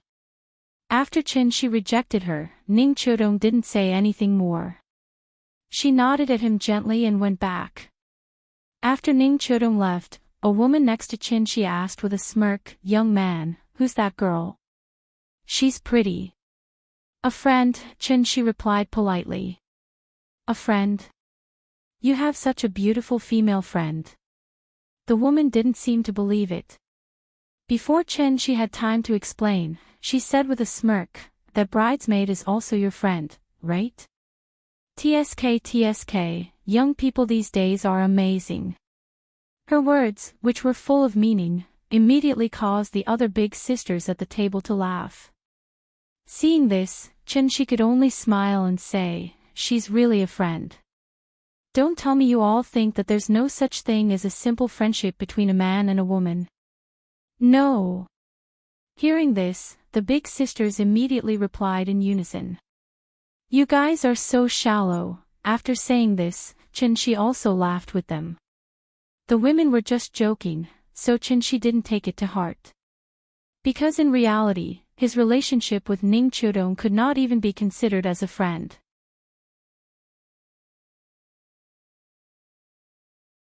Chapter 69. During lunch, Qin Shi talked with several older sisters about how to educate children, which gave Qin Shi a lot of inspiration. For example, don't hold the child all the time, and let her walk around more. Children must walk more, and walking is good for joint development. At the same time, exercise will also increase the child's lung capacity. The stronger the respiratory organ, the stronger the vitality naturally. In addition, more sun exposure to prevent osteoporosis, which is conducive to the healthy growth of children. Although there was Qin Shi, and Nyan's body absolutely could not have any problems, the older sister's advice was still very pertinent. These older sisters were also experienced. In just the time it took to eat a meal, they could see how much Qin Shi doted on the little guy, so they earnestly advised him to learn how to properly refuse. It was good to spoil his daughter, but he couldn't spoil her too much. Blindly spoiling and doting would harm the child. The cruise ship was still in the process of cruising and would not return until dinner. So after lunch, Qin Shi took the little fellow back to the suite and let the big cat play hide-and-seek with the little fellow in the room. And he turned on the TV to watch. "Where are we going, Dad?" This was also the older sister's advice. Otherwise, Qin Shi would not have known that there was such a variety show about parent-child interaction in the world. Some of the children were older than Nyan, and some were younger than her. As soon as the theme song was played, the little fellow had already heard the sound and ran over. Then she sat next to Qin Shi with the big cat in her arms and watched with him. After watching for a while, the little fellow pointed to a little boy who was being difficult on the TV and giggled, "Papa, that brother is so silly. He's crying, so shameful." Looking at her complacent look, she had probably forgotten that she was crying in the morning. Hearing this, Qin Shi couldn't help poking her little face and said with a smile, "You know how to be shy, then don't be like this brother in the future, crying all the time." "I'm not going to cry." The little fellow was still so proud. The father and daughter chatted and joked while watching TV. At this time, a knock suddenly sounded. "Sister is here. I'll open the door." Lin Xian said that she would come and play with her after she was done, so the little girl immediately jumped off the sofa and ran to open the door. However, when she opened the door, she didn't see Sister Lin Xian, but the uncle she had seen a few times before. "Uncle, who are you looking for?" The little fellow stood behind the door and poked her head out, asking knowingly. Standing outside the door were Ning Zhonghua and Ning Qiudong. They had met this morning. Ning Zhonghua lowered his head and glanced at her. He knew that the little fellow was pretending to be strange, so he laughed and said, "Little darling, I'm here to find your father. Can you let us in?" "Oh," the little fellow nodded, but did not move aside. Instead, she looked back at Qin Shi in the room. Qin Shi had heard the movement at the door, so he sat up and waved to her, motioning her to come back. The little fellow jumped into Qin Shi's arms, and then said in a muffled voice, "Papa, that old uncle is here to see you again." "I know." Qin Shi pinched her little face, and then shouted to the door, "Mr. Ning, the child is not sensible. Please come in." Hearing this, Ning Zhonghua gently pushed the door open, then looked at Qin Shi and laughed, "Mr. Qin, am I disturbing you?" "It's all right. Please sit down." Qin Shi pointed to the sofa next to him. After they sat down, he asked, "What can I do for you?" Ning Zhonghua smiled. After sorting out his words, he slowly said, "When we were eating just now, I talked to a few friends about you. This, you don't mind, do you?" Qin Shi shook his head with a smile and replied, "It's all right. I don't mind." That's good, that's good." Ning Zhonghua nodded and seemed to be relieved, so he continued, "After one of my friends heard about your medical skills, he asked me to ask you if you can completely cure his diabetes. Hearing this, Qin Shi couldn't help but feel a little dumbfounded. He suddenly knew that Ning Zhonghua had bragged about his magical skills outside. "It can't be cured." Ning Zhonghua carefully probed. "It can be cured." Qin Shi nodded. After glancing at Ning Zhonghua, an idea popped up in his mind. So he slowly said, "Diabetes is not a terminal disease. As long as you take the pill I gave you last time, you will naturally be cured, but..." Here came the point. Seeing this, Ning Zhonghua immediately leaned forward slightly, looking like he was all ears.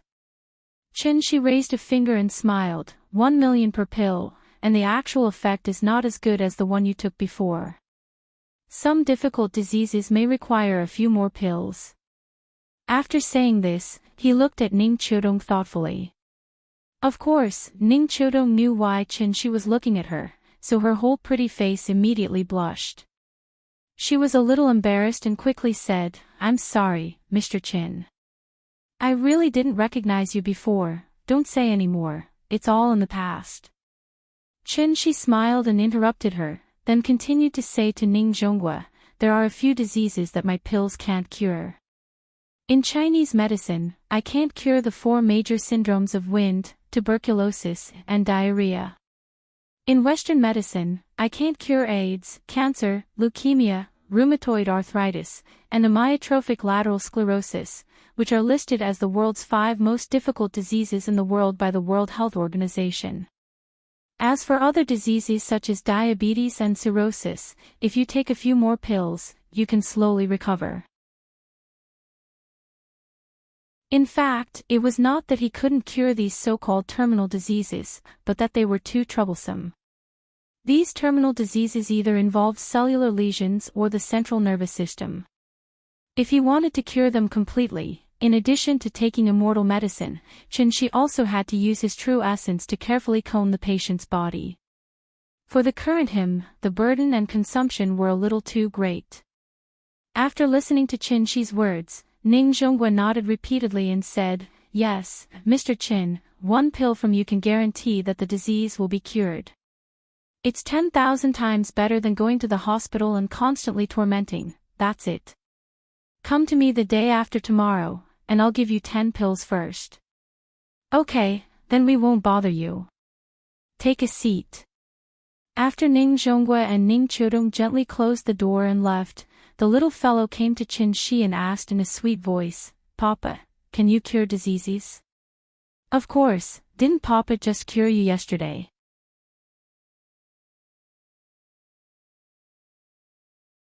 Chapter 70.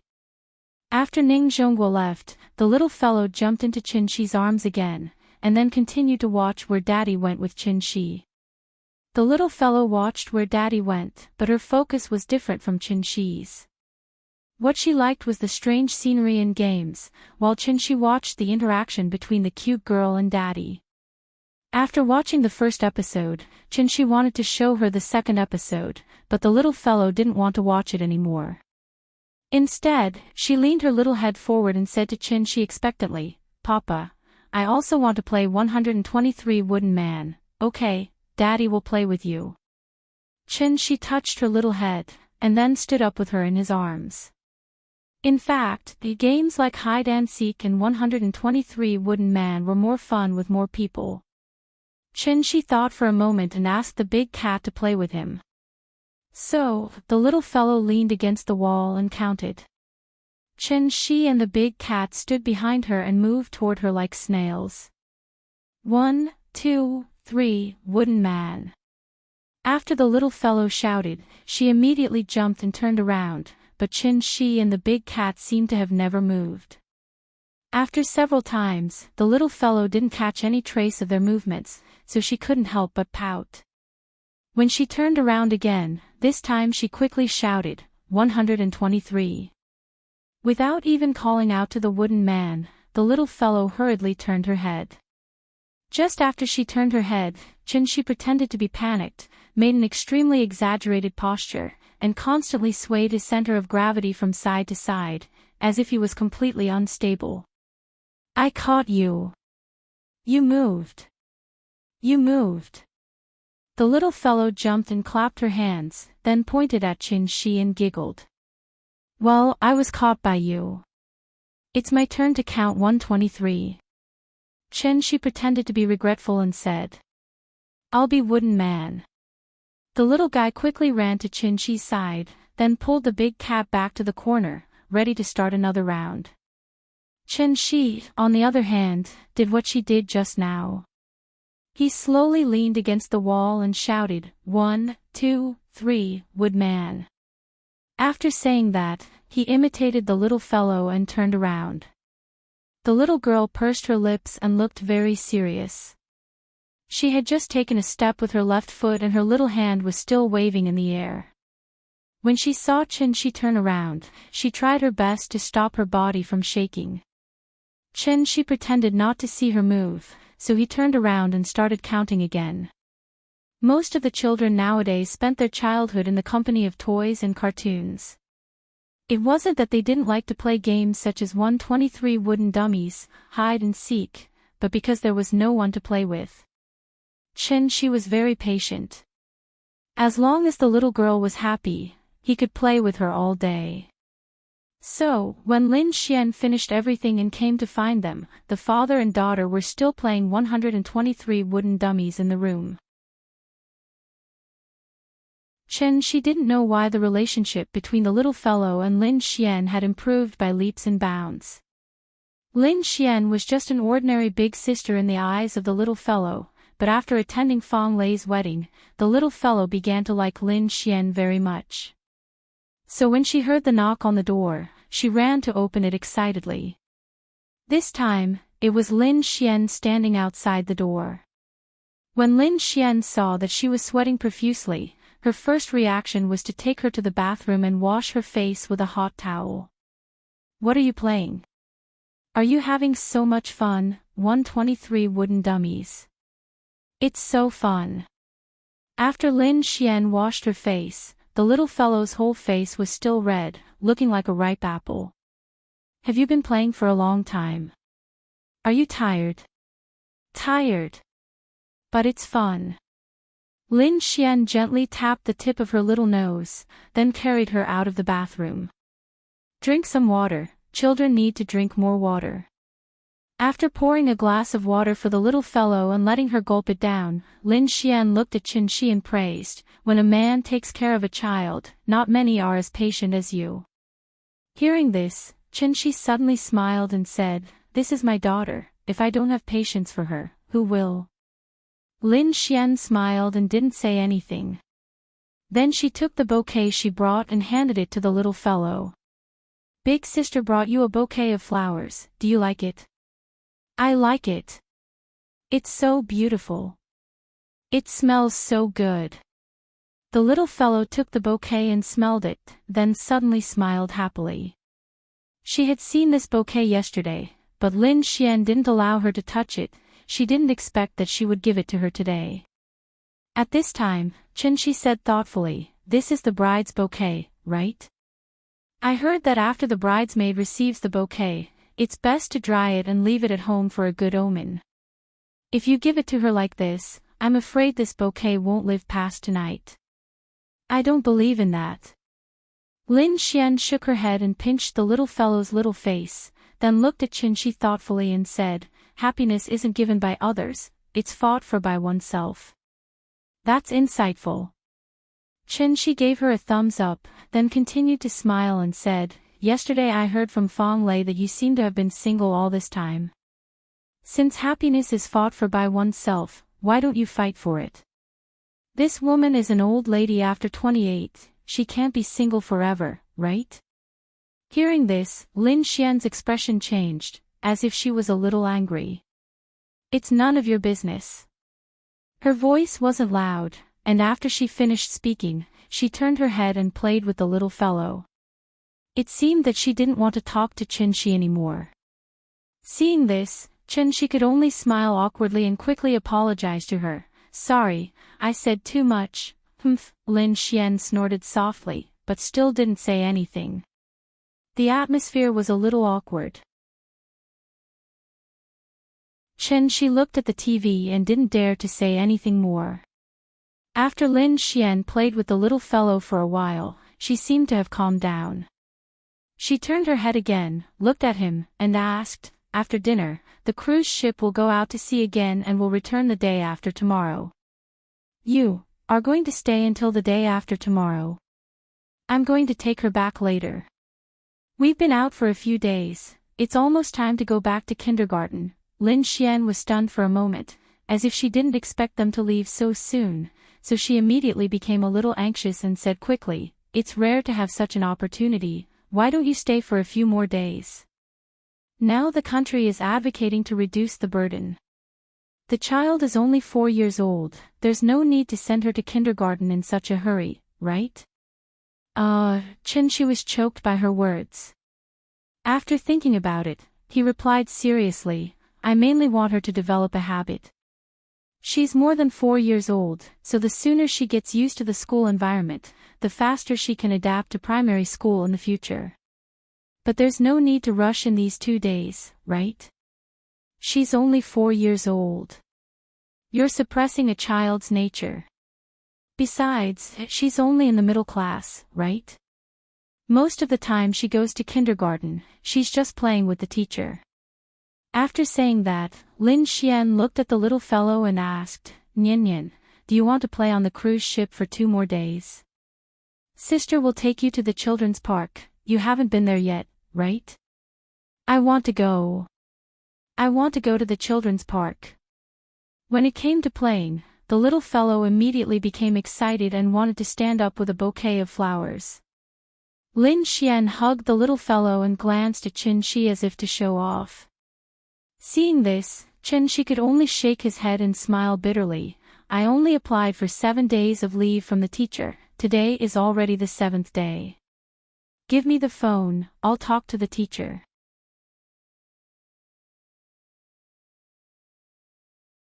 Chapter 71. Papa, where are we going?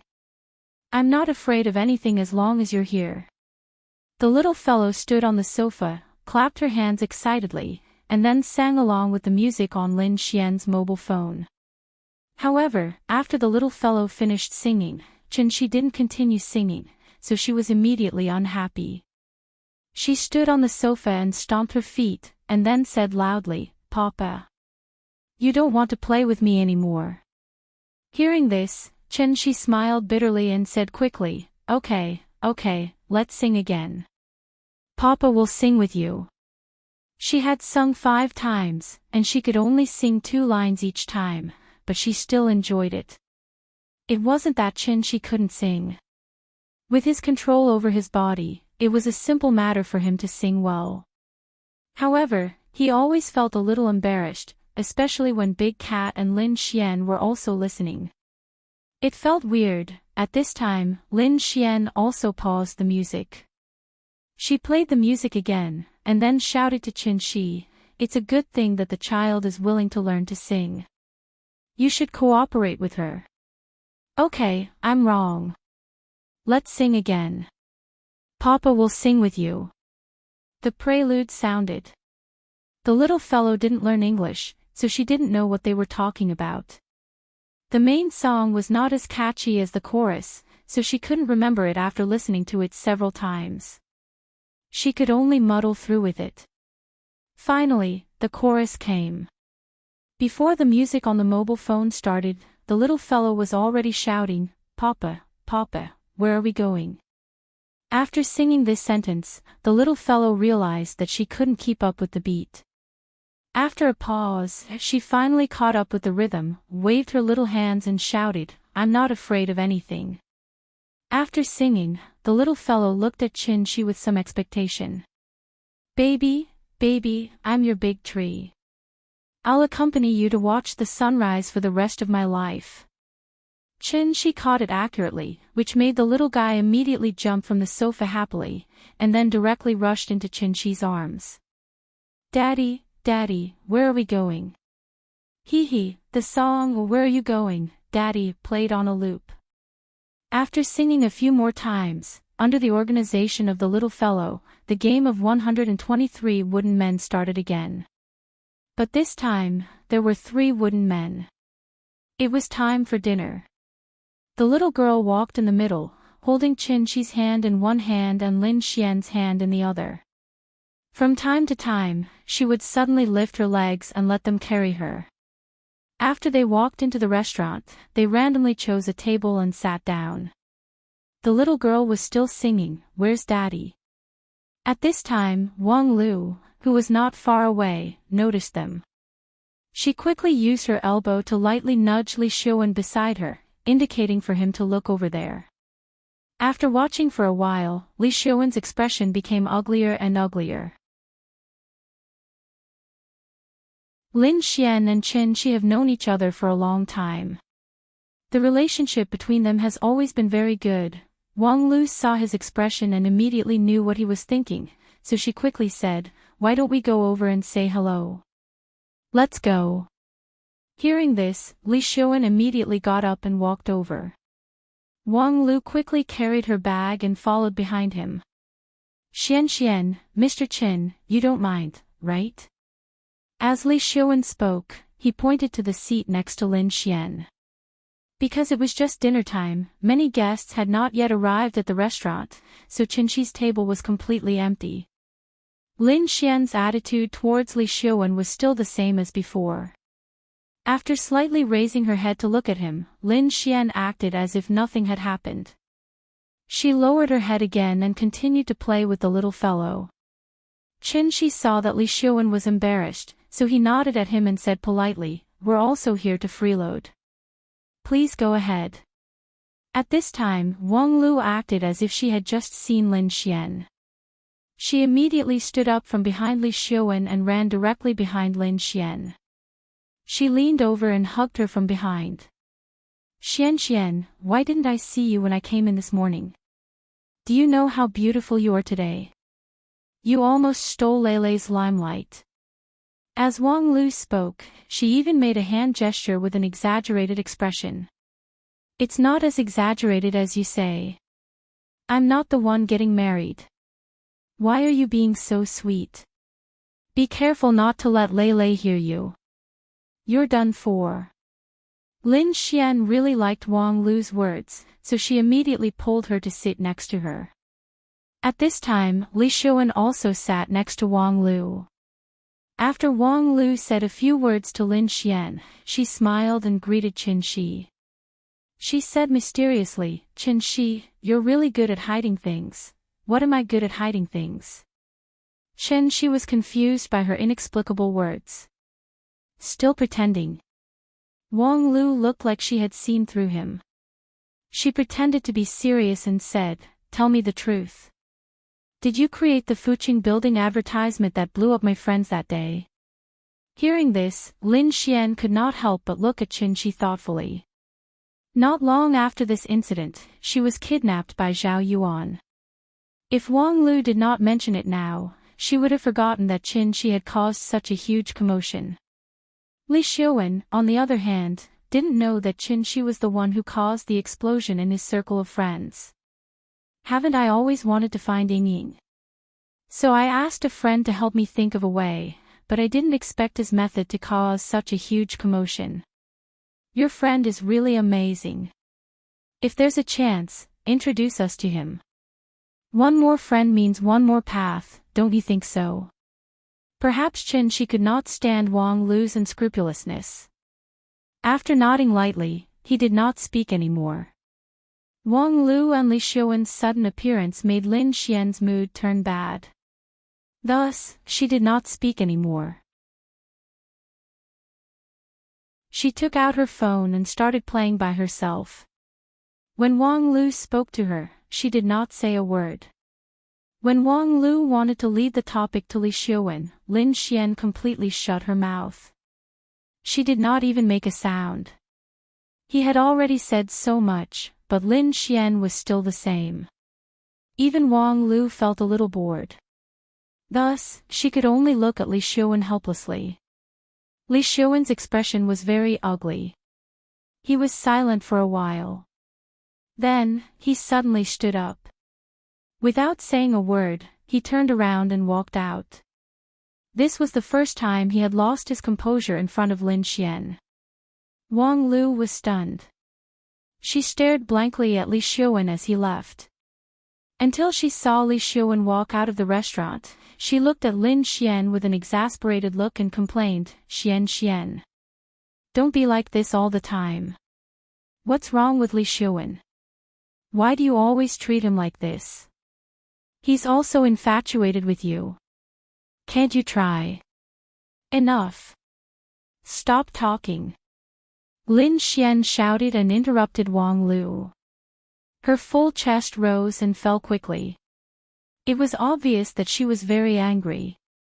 Wang Lu was also shocked by her sudden outburst. The little guy also quickly raised his head and looked at Lin Xian. Then, he stretched out his little hand and touched her face. He comforted her softly, "Sister, don't be angry. Don't be angry." Lin Xian rubbed his little head.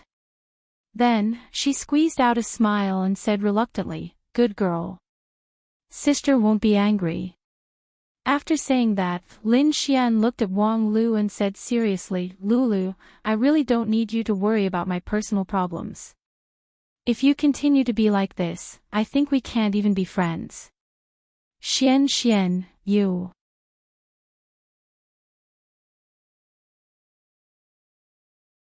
Chapter 72. Lin Xian's personality was straightforward, and she had always been clear about her likes and dislikes. Wang Lu really did not expect that her matchmaking this time would make Lin Xian so angry. She had done this many times in the past. Why couldn't she do it this time? Wang Lu looked at the two of them in surprise, her eyes full of disbelief. Seeing this, Lin Xian immediately knew what she was thinking. Therefore, after calming down a little, Lin Xian shook her head, looked at Wang Lu and said seriously, "Lulu, I really don't like Li Xiuwen. I beg you, don't interfere anymore, okay?" "Okay."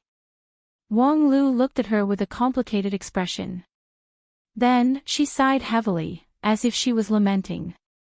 She said, "Sit down, I'll go take a look at Li Xiuwen. No matter what, he's our family's breadwinner. I don't dare to order him around like you do." With that, Wang Lu got up and left. Lin Xian did not ask her to stay. In fact, other than being a gold digger, Wang Lu was good in other aspects, which was why Lin Xian had been friends with her for so many years. But it was a pity, the values of the two of them were too different, so until now, they could not be the closest friends. In the sea of life, how could one be so lucky? In such a big city, she could not find a single friend that she could confide in. Sometimes, when she thought about it, perhaps she felt a little sad. After Wang Lu left, Lin Xian looked at the table in front of her with unfocused eyes, and no one knew what she was thinking. She waited for a while, and seeing that she was not in a good state, he asked softly, "What's wrong?" After hearing Qi's voice, Lin Xian seemed to have been woken up from a dream. She shook her head and said with a smile, "Nothing." "Okay." Seeing that she had something on her mind, she motioned for the little guy to come over, and prepared to let Lin Xian be alone. The little guy climbed from Lin Xian's lap to Qi's lap. At this moment, Lin Xian suddenly said faintly, "Qi." "Ah." Qi held the little fellow in his arms and motioned for her to sit still. Then he asked, "What's wrong?" Lin Xian hesitated for a moment before asking in a seemingly casual manner, "Do you have any plans after this?" "What arrangement?" "I mean, other than taking care of the children, what other plans do you have for the future?" "Oh, I found out that the last time Yingying was seen was in Shangjing, so I'll be going to Shangjing soon. But I can't decide when and how long I'll be there. We'll talk about it when the time comes." "You want to find her?" "Yes." At this point, Shi even gently patted the little fellows, but before he smiled and said, "If it wasn't for this little fellow, I would definitely have gone long ago." Hearing this, Lin Xian couldn't help but ask anxiously, "There's no news of her at all. How are you going to find her?" "I'll take my time to find her. Information and clues are all obtained through exploration. It's not something that can be found by waiting here every day." "Then what about the child?" "You're going to find her. You can't take the child with you on the streets every day, right? That's why I said I'm not sure." She glanced at Lin Xian and said matter-of-factly, "The child is already so old. I just came back. Of course, I have to spend some time with her first. As for when we'll go to Shangjing, we'll talk about it after a while. When the time comes, I'll take Nian with me. We'll walk slowly and look carefully. Just treat it as a vacation. After hearing this, Lin Xian fell silent. After a while, she asked softly, "What if you can't find her?" After saying this, Lin Xian was stunned for a moment. Then she panicked and quickly said, "Pfft, sorry, I jinxed it. I believe that you'll definitely find Ying. Then I'll count on your auspicious words." Shi chuckled, as if he didn't notice Lin Xian's strangeness. The cruise ship went to sea again.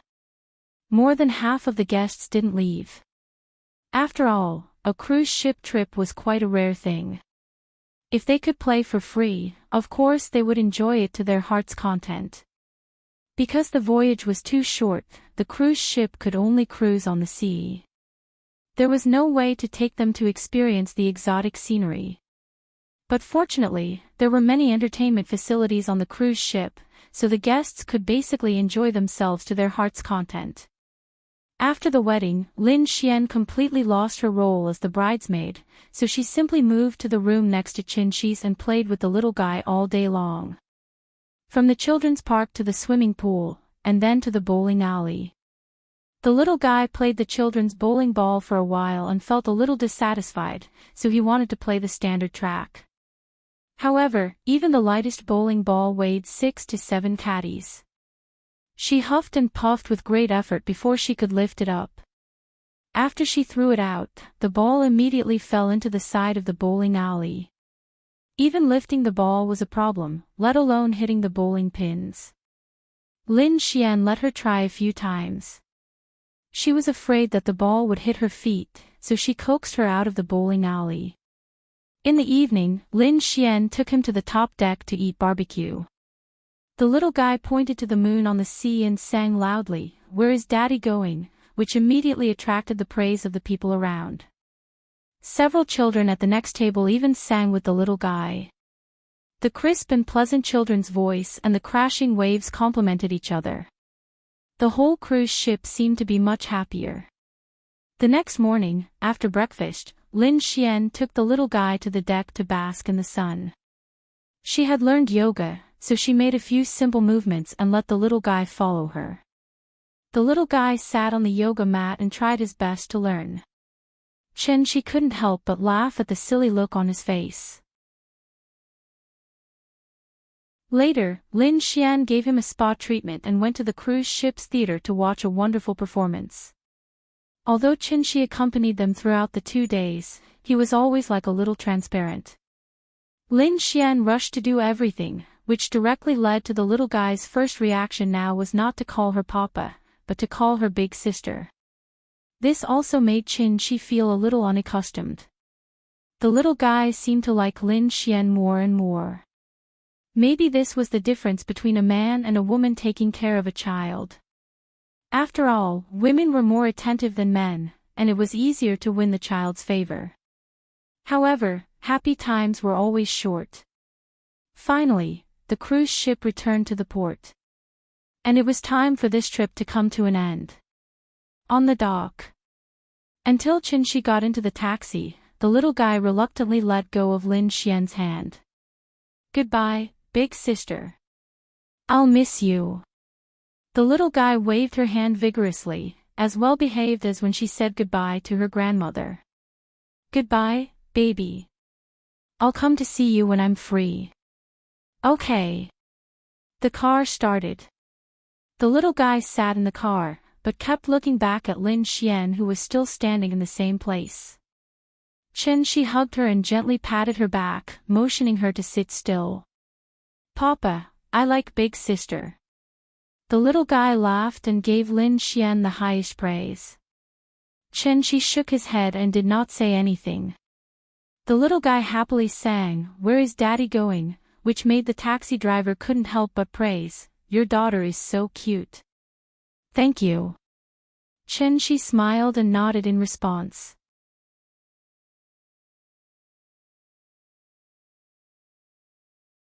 Chapter 73. Maybe because of the holiday syndrome, when Shi woke the little fellow up this morning, she actually stayed in bed for a long time. At this time, he couldn't spoil her anymore. So even if the little fellow didn't want to open her eyes, Chin-shi had to get up and wash up with her. After washing up and eating, after dawdling for a long time, the little fellow was reluctantly carried out of the house by Chin-shi. On the way to the kindergarten, she suddenly asked timidly, "Papa, can I not go to kindergarten?" "No." Chin-shi's attitude was now very firm. For children, he couldn't be too spoiled. The little fellow pouted and struggled to let go of Chin-shi, but Chin-shi didn't ask and directly carried her to the gate of the kindergarten. Teacher Wang smiled and said hello to Chin-shi. Chin-shi wanted to give the little fellow to her.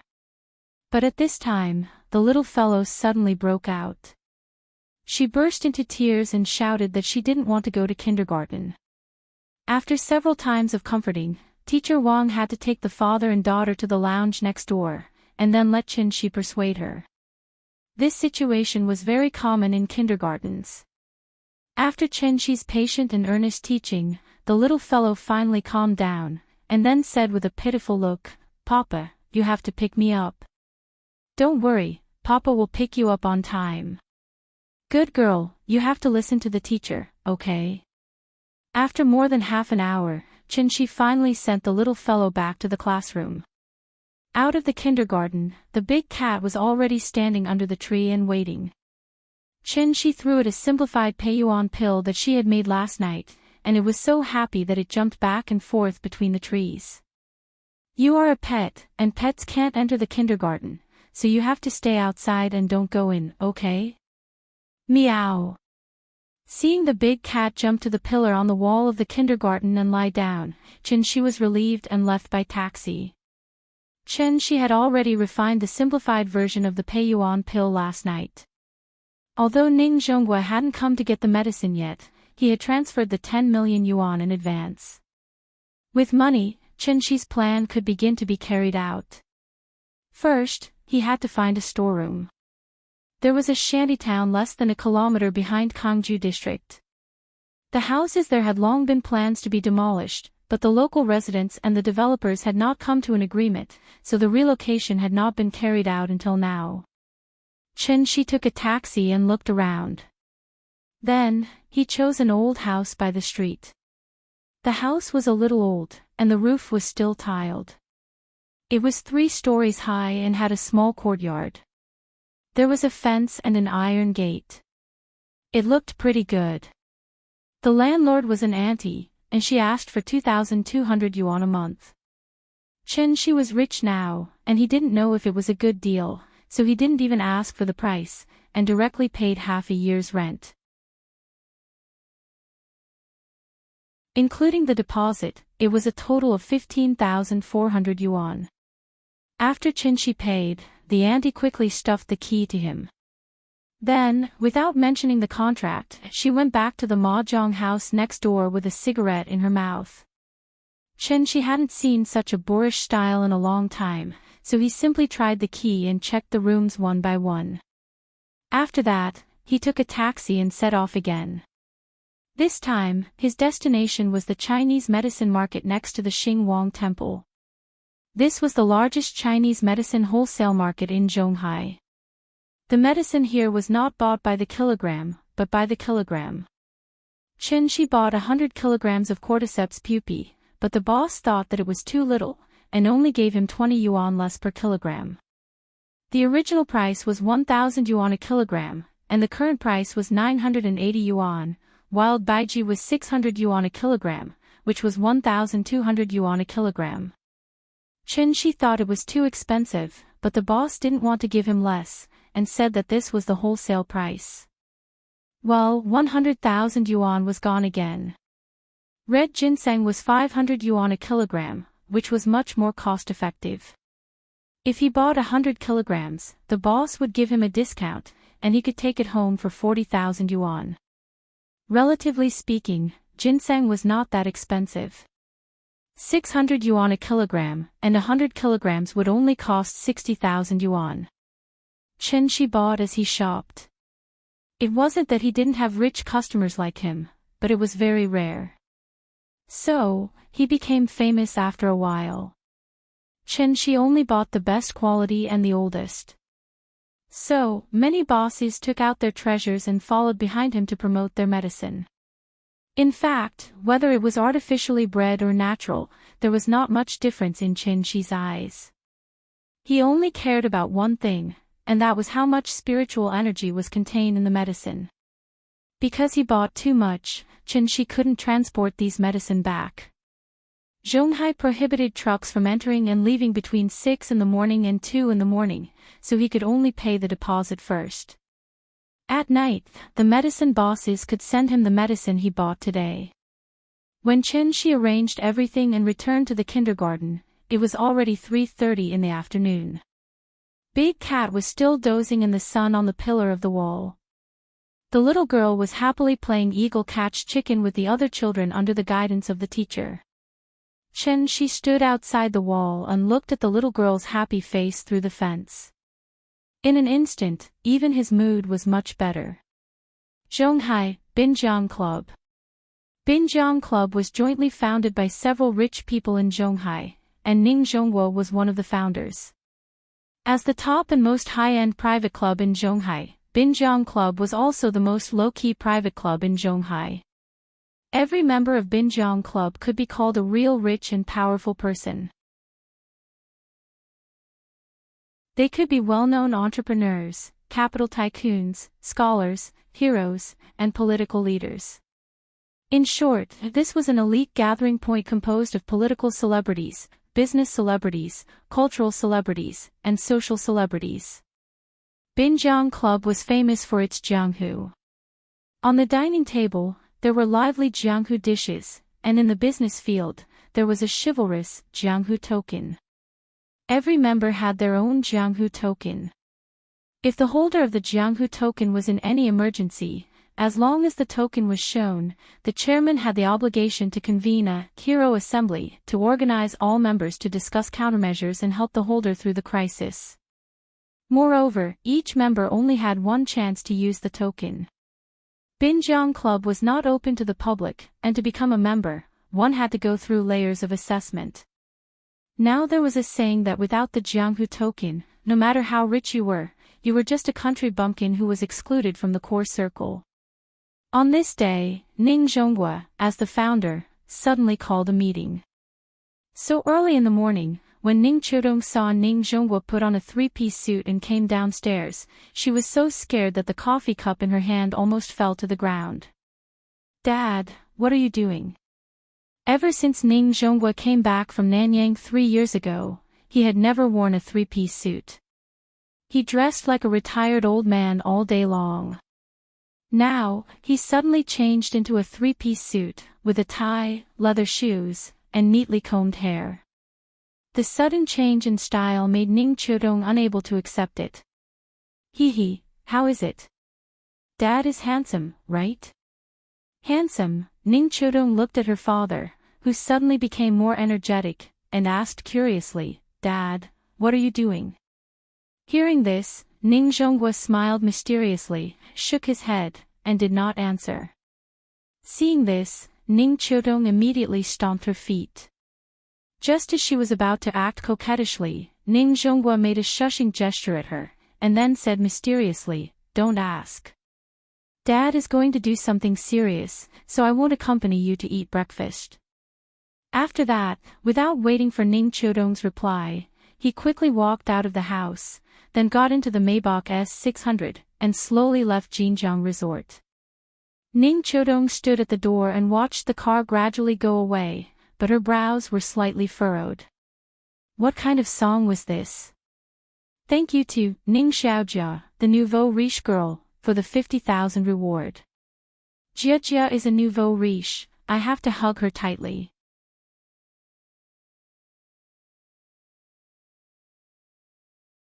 Chapter 74.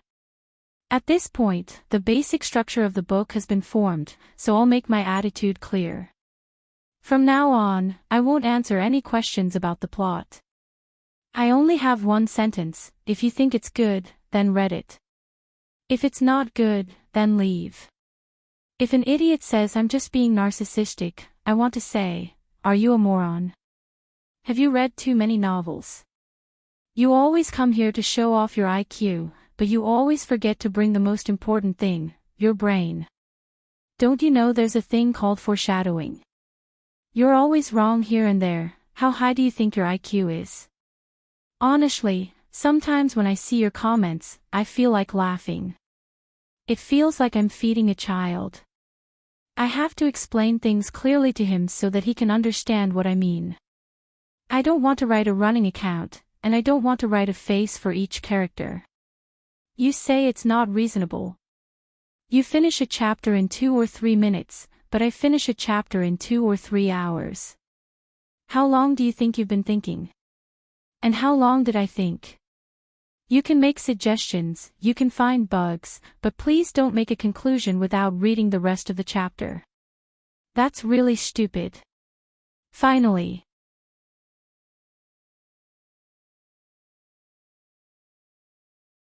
Chapter 75. Ning Zhongguo looked around with satisfaction.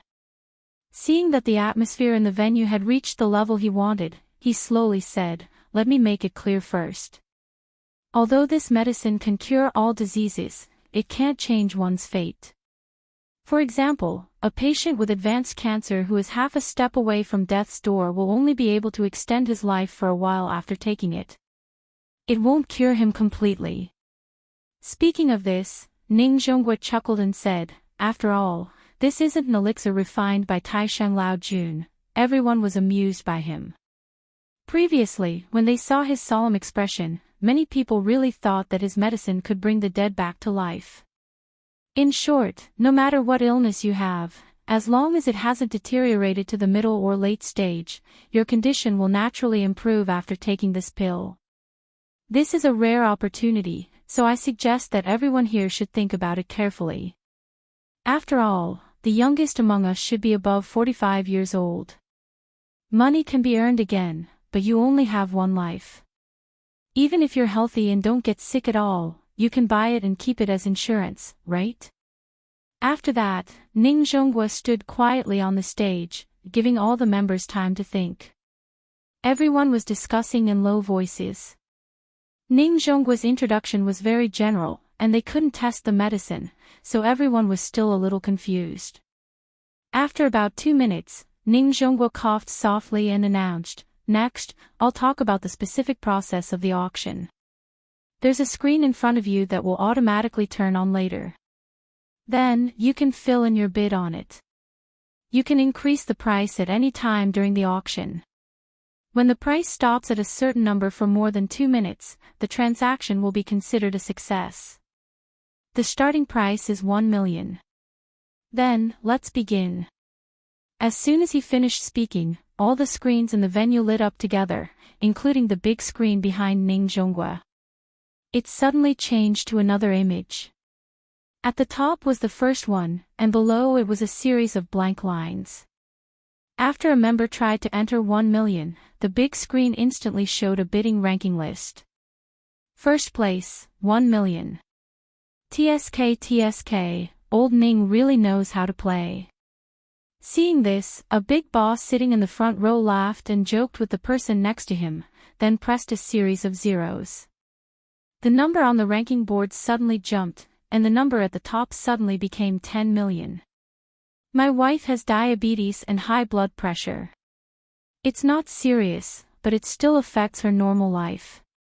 I hope old Ning's medicine is really as effective as he said, hee. After pressing the number, the big boss didn't even look at the big screen.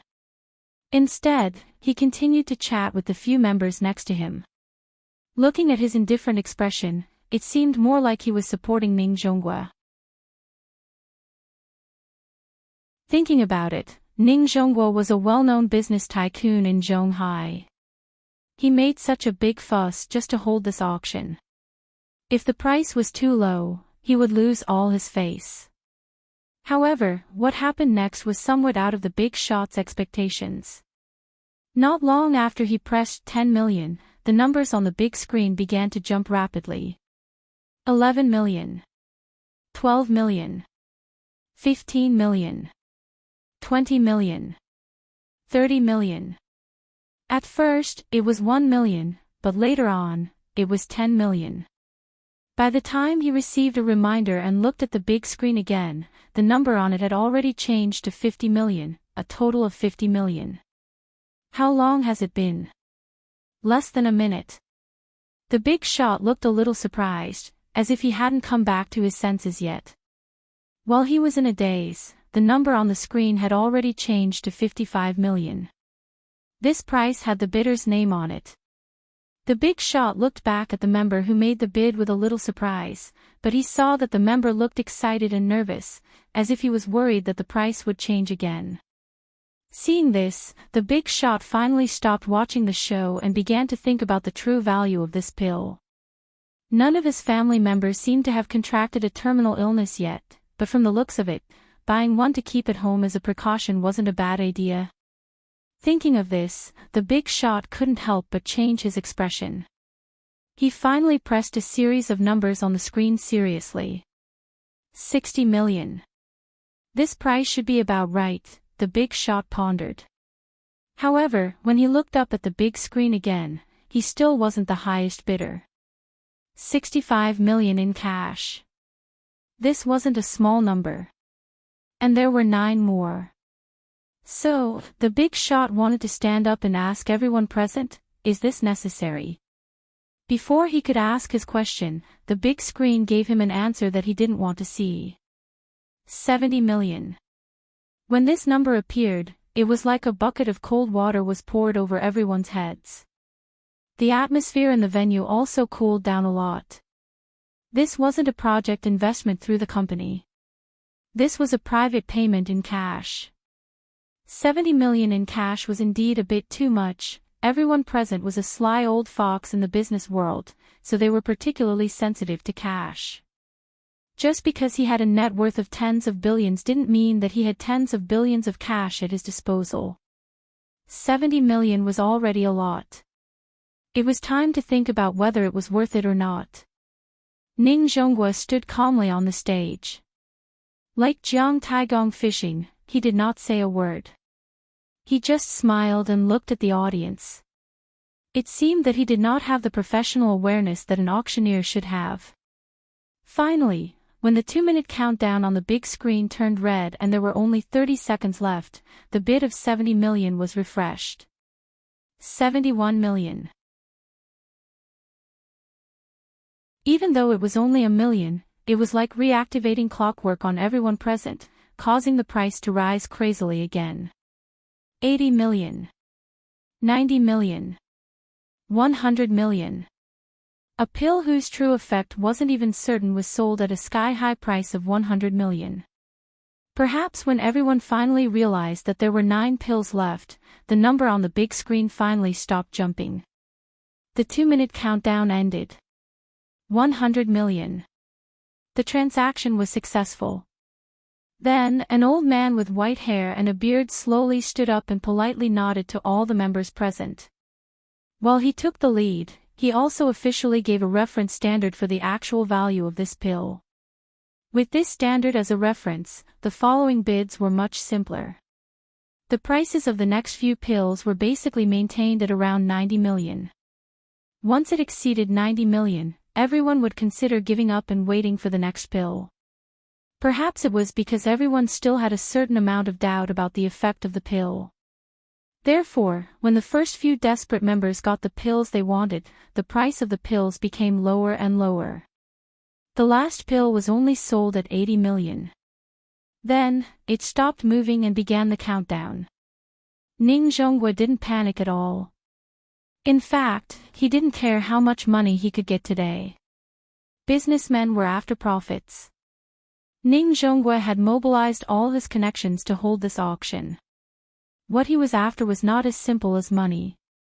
He had a big plan, Ning Zhonghua thought while looking at the name of the last bidder. But after seeing the name, Ning Zhonghua was stunned for a moment.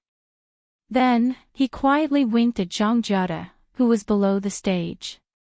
And he found the figure of the bidder in the crowd. Su Wei. An old friend. He started by smuggling medical equipment. Later, during the craze of state-owned enterprise reform, he used some means to turn a well-run state-owned pharmaceutical company into his private enterprise. Because of this, he completely integrated into the rich circle of Zhonghai. Ning Zhongguo knew Su Wei more than 20 years ago. The two had some small conflicts back then. But with their own development and growth, the small conflicts had long been forgotten, so when they met, they would still smile and greet each other. As for whether or not they were secretly cursing each other, that was another matter altogether. Su Wei had a good relationship with the other founders. In addition, his pharmaceutical business had been growing over the years. Therefore, he was recommended to join the Binjiang Association. In today's auction, Su Wei didn't want to bid because he had always been at odds with Ning Zhongguo. He started in the pharmaceutical industry.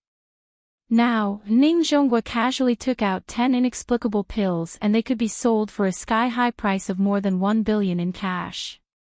How could Su Wei not be jealous?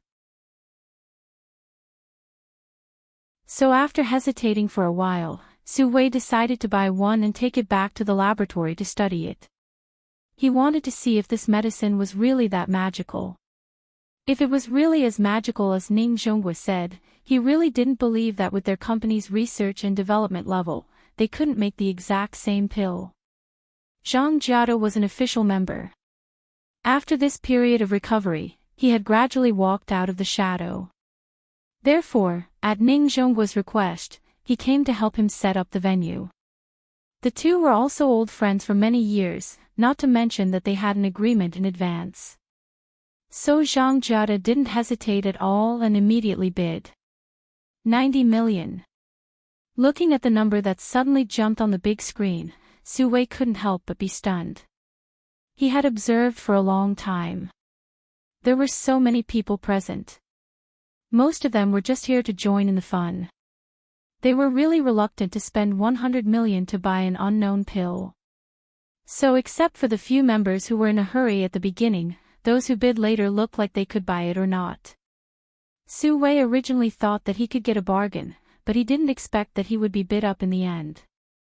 This was the Binjiang auction, not the auction outside.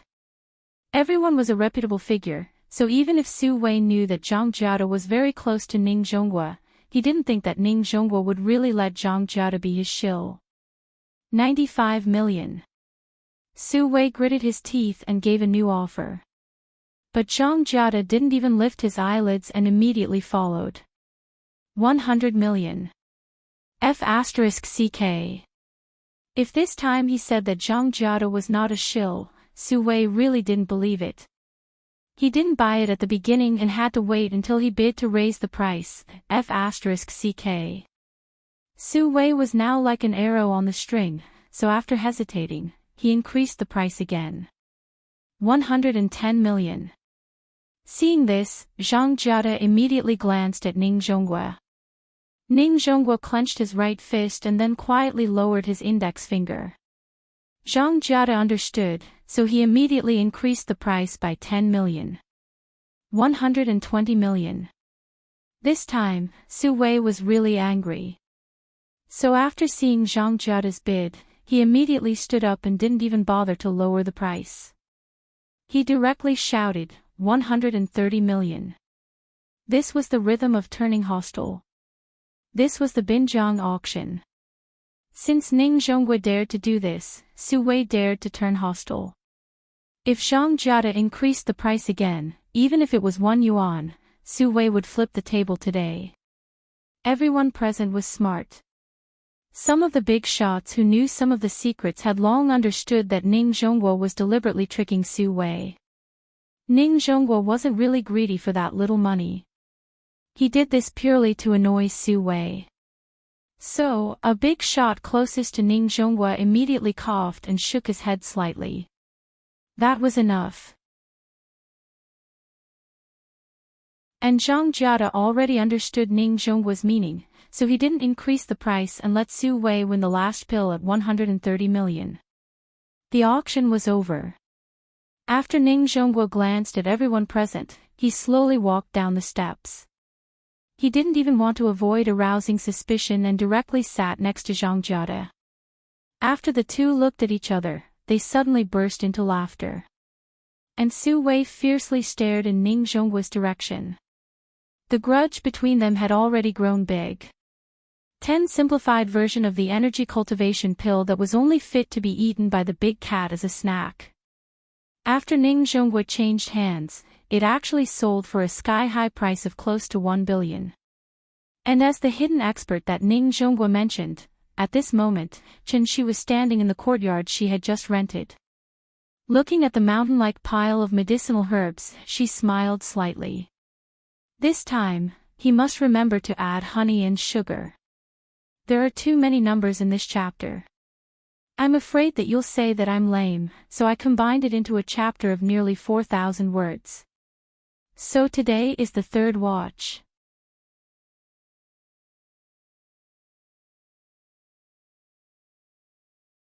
Chapter 76.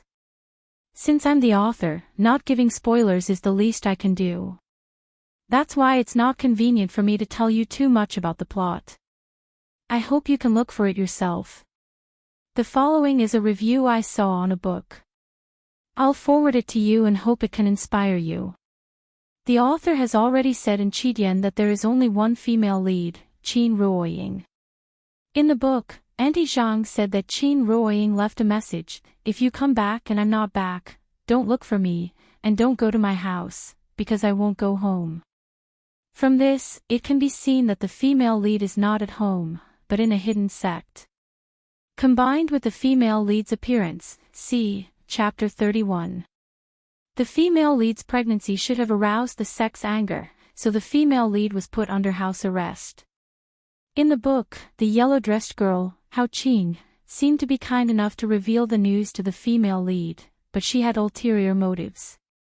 After that, the female lead pretended to hate the male lead, and her hatred did not diminish, so as to eliminate the sect's malice towards her daughter and her husband. After the yellow-dressed girl, Hao Qing, left, the author deliberately described the words creak.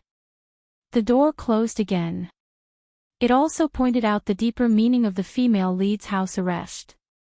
After the yellow-dressed girl left, the author wrote, there was no longer any anger on her face, only an unspeakable confusion and sorrow.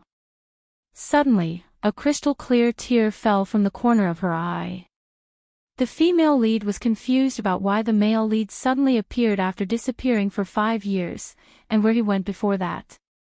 She was sorrowful because she hadn't seen her daughter for 4 years, and she didn't know if she would recognize herself when she saw her again.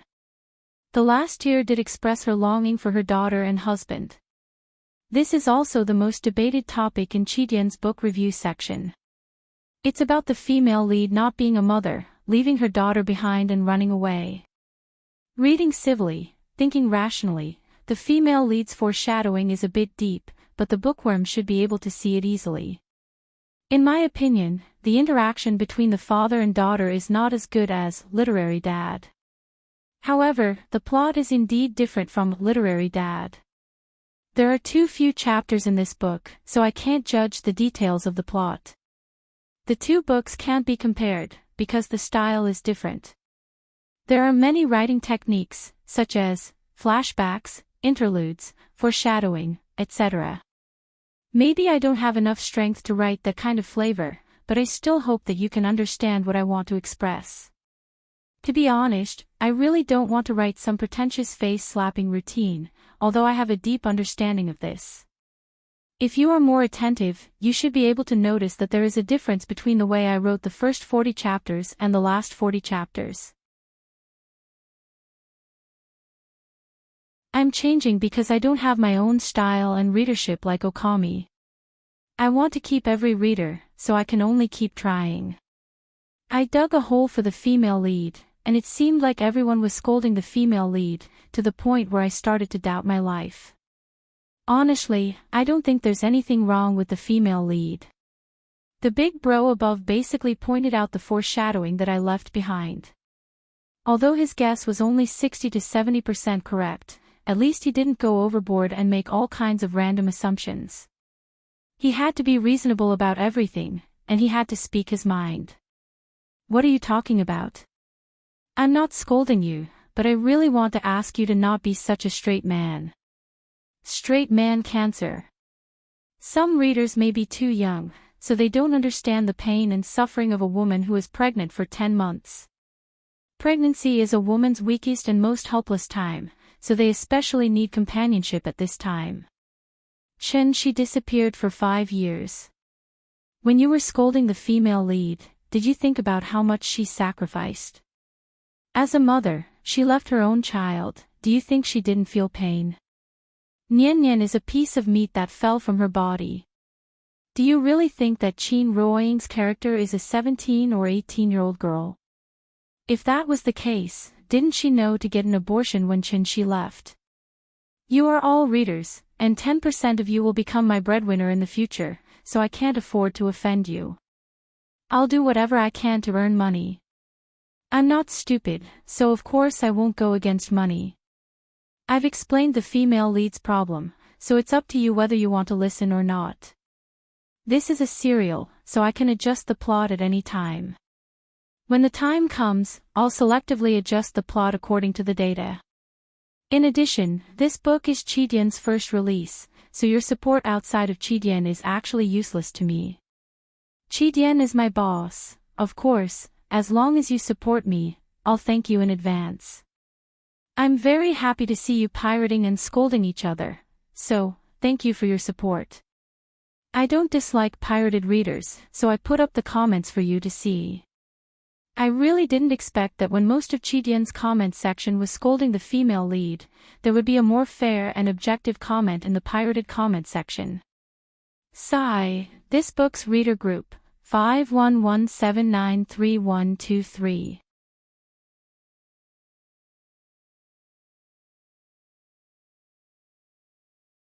Chapter 77. The evening clouds overflowed with coldness, and the silver moon spun the jade plate silently. The night in this life is not long. Where can I see the bright moon next year? September 23rd. Just after 3:00 in the afternoon, Qin Shi was already waiting at the entrance of the kindergarten. At this time, he suddenly saw a brand new holiday notice posted on the bulletin board outside the kindergarten. After taking a closer look, he realized that it was the Mid-Autumn Festival. Today was August 14th on the lunar calendar, which meant that tomorrow was the Mid-Autumn Festival.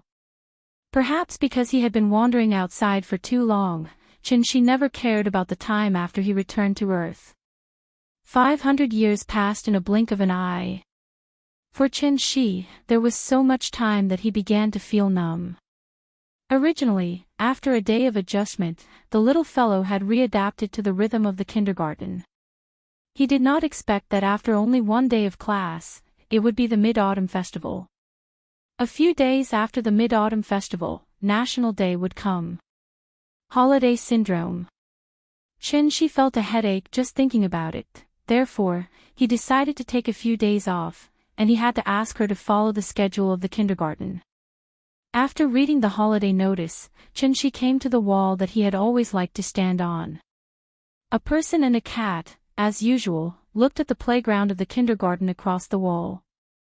However, today, the teacher of the little fellow's class did not seem to arrange for them to play on the playground, so Qin Shi did not see the little fellow for a long time. An hour later, a pleasant bell rang, and school was over. Qin Shi stood in the crowd and lined up. As soon as he approached the school gate, he saw that the little fellow had been led by Teacher Wang to the rest area. Teacher Wang. Qin Shi greeted politely, and Teacher Wang immediately took the little fellow's hand and walked over. A father knows his daughter best. Qin Shi looked down at the little fellow and immediately found that something was wrong with her, so he frowned and asked, Teacher Wang, what's wrong with her? Teacher Wang smiled and did not have time to answer. At this time, the little fellow broke away from Teacher Wang's hand, trotted to Qin Shi's feet, and then hugged his leg tightly. Oh, you've been wronged.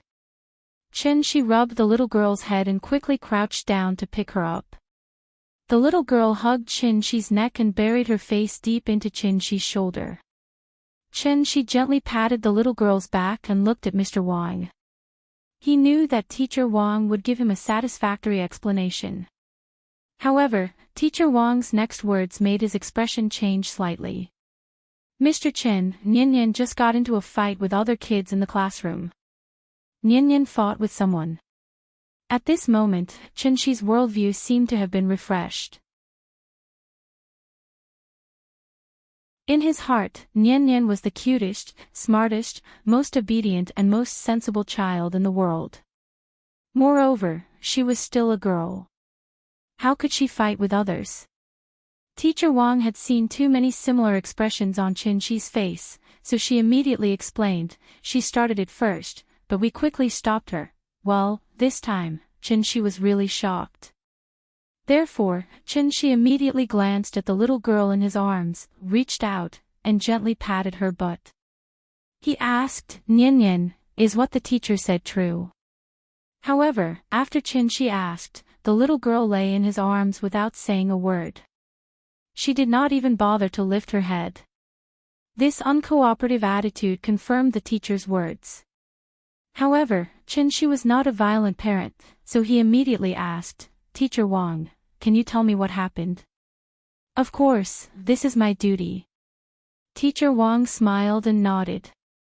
Then, she said, today is the last day before the Mid-Autumn Festival, so the school will prepare some mooncakes for the children. In the process of distributing the mooncakes, she suddenly hit the child next to her, and then the two of them started pushing and shoving. After Teacher Li saw it, she immediately pulled the two of them apart. However, when we asked for the specific reason later, Nian did not say anything. The other only knew how to cry, saying that Nian hit him. Generally, when this kind of situation happens, we will inform both parents, hoping that the parents will guide the children correctly. After all, children spend the most time with their parents.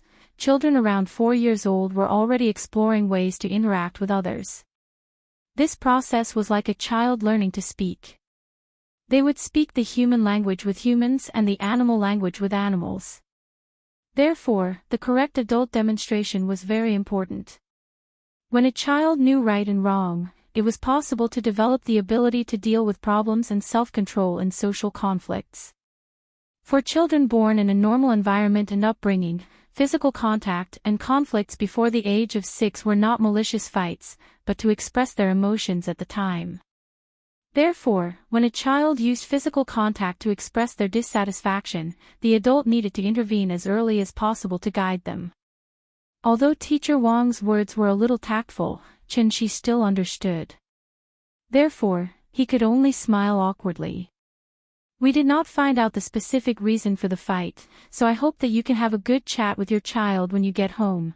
Perhaps she was afraid that Chen-Shi would indiscriminately hit the child when he got home, so Teacher Wang quickly added, Nian is a good child. I believe that she must have been wronged, so she impulsively used such an inappropriate way to vent her dissatisfaction. After saying that, Teacher Wang gently touched the back of the little girl's head. Then, she said to the little girl earnestly, Nian, your father is here.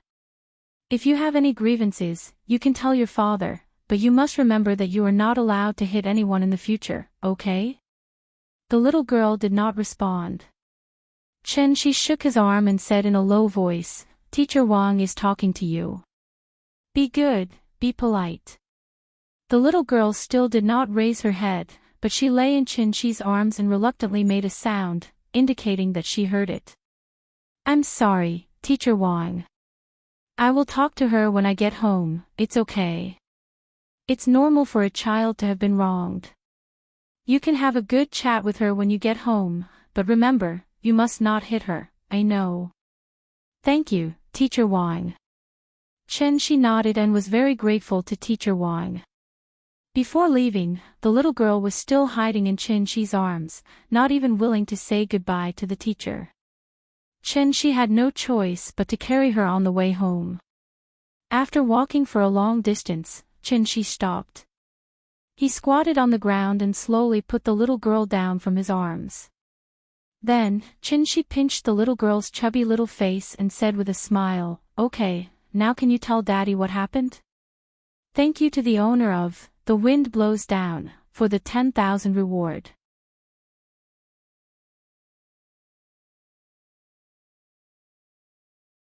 Chapter 78. On the street. The father and daughter stood on the sidewalk and looked at each other. This place was very remote. Even though it was located in Zhonghai, which was one of the top cities in the country, it was still a mixture of urban and rural areas. On one side was an elevator apartment that was under construction, on the other side was an old building that had been built for a long time. After Qin-shi put the little girl down, she faced Qin-shi and took a few steps back, then put her hands behind her back. Seeing this, Qin-shi wanted to pull her into his arms. But at this time, the little girl took a step back, as if she didn't want Qin-shi to hug her. Qin-shi looked at the little girl's expression seriously, but found that her expression was a bit strange. She looked like she had been wronged, but she didn't look like she was going to cry. Instead, she pouted and looked very stubborn. 4-year-old children's language skills were not fully developed, so sometimes they could only vent their emotions by throwing a tantrum, rolling around, crying, and other behaviors. Like parents, like children. Aunt Zhang had set a good example for Nyan, so Qin-shi firmly believed that Nyan would not hit others for no reason. Nyan, good girl, did you feel wronged? Tell Daddy, Daddy will redress your grievances. Qin-shi pulled the little girl again, this time she still wanted to dodge. But if Qin-shi really wanted to grab her, how could she dodge? So she was immediately pulled into Qin-shi's arms. Tell Daddy, okay. Qin-shi scratched her little nose with his hand. At this time, the big cat stood at her feet and meowed at the right time, as if to encourage the little girl. The little girl's long eyelashes fluttered like a fan, then she twisted her body and said quickly, I want to play with the big cat. Hearing this, Qin-shi immediately let go of her. Good that she could talk. The little guy held the big cat in his arms and rubbed his little head against the big cat. Then, he put down the big cat and squatted on the ground to stroke its fur. She looked like a child who had been wronged and wanted to hide in the corner and draw circles. Qin-shi stood by and waited for her for a while. When he felt that she should be almost adjusted, he said gently, Nyan, we should go home. After that, Qin-shi bent down slightly and extended his left hand in front of the little fellow. Seeing Qin-shi's outstretched hand, the little guy hesitated for a moment before slowly raising his little hand. His big hand held her small hand. The father and daughter pair walked slowly on the street. The big cat followed them from a distance. When a husky saw the big cat, it immediately rushed over with its tongue sticking out.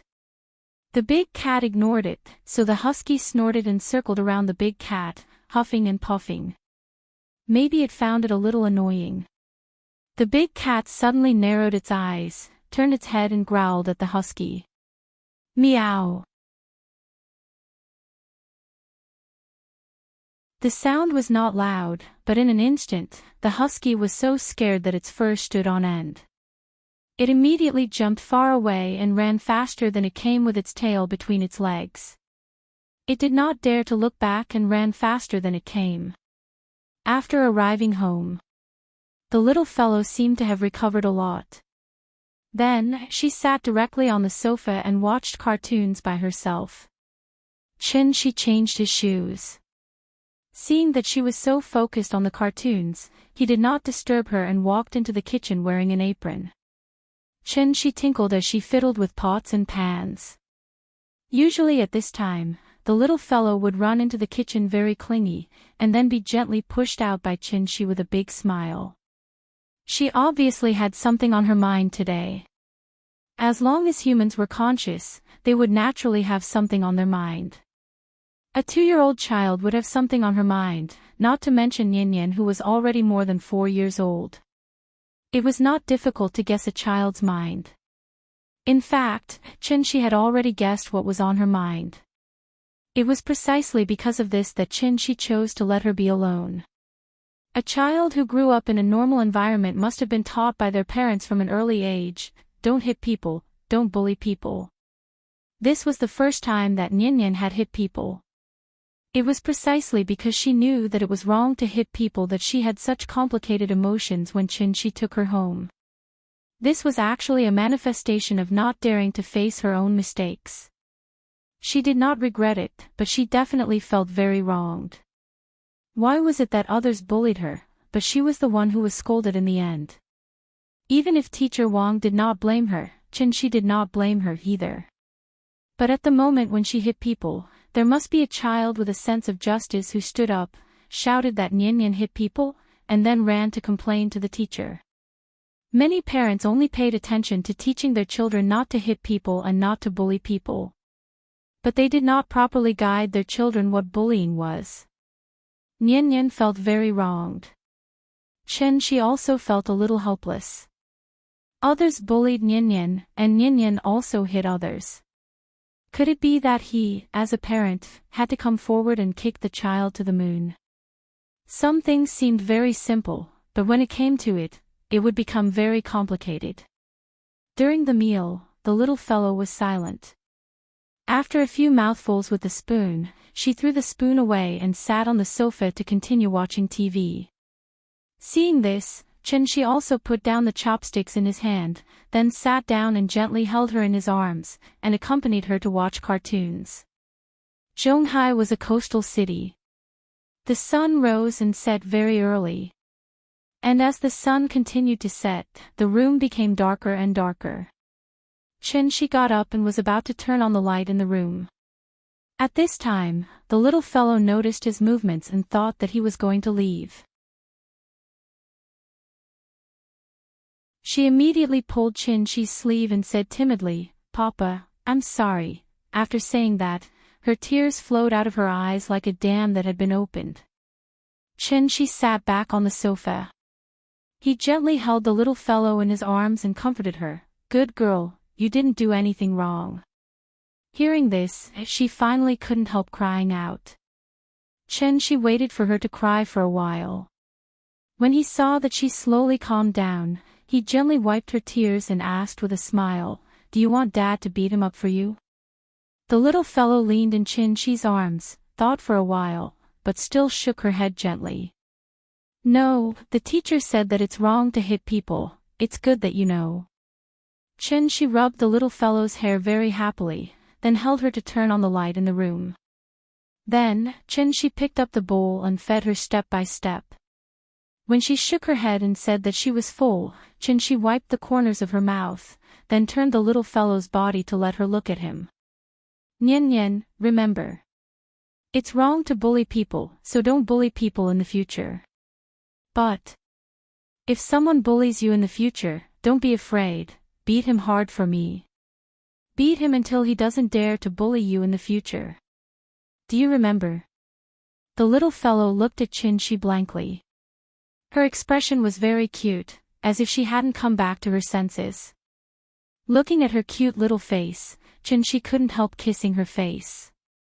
Night fell. It wasn't August 15th yet, but a full moon was hanging high in the sky. A smile appeared on the little fellow's face again. The father and daughter each occupied a swing, swaying and looking at the moon in the sky. "Nian, we don't cause trouble, but we're not afraid of trouble. This is what Grandma said." "Who is Grandma?" Papa, will Mama go to the moon?" "No." "Why?" "Because Papa has been there."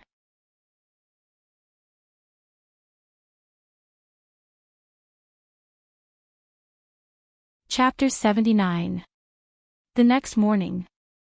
Shi's phone suddenly rang. It was a text message notification. Not many people knew his phone number, so his phone was idle all day long. Could it be a message from Auntie Zhang? Shi thought as she picked up her phone. However, when he picked up his phone and read the content, he froze. "Your savings card account ending with 1517 received 100,000,000. 00 yuan at 10:29 on September 24th. Your current balance is 106,278,486. 00 yuan. 10 million. 100 million. Without thinking, Shi suddenly understood where the money came from. Therefore, he couldn't help but feel a little emotional. It turned out that money was just a series of numbers for rich people. Sure enough, Shi didn't wait for long before his phone rang. As soon as he picked up the phone, Ning Zhongguo's hearty laughter came from the other end of the phone.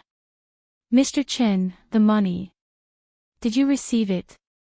Yeah, I just received it. It's like this. The 10 pills you gave me, I sold them for a very high price through some means.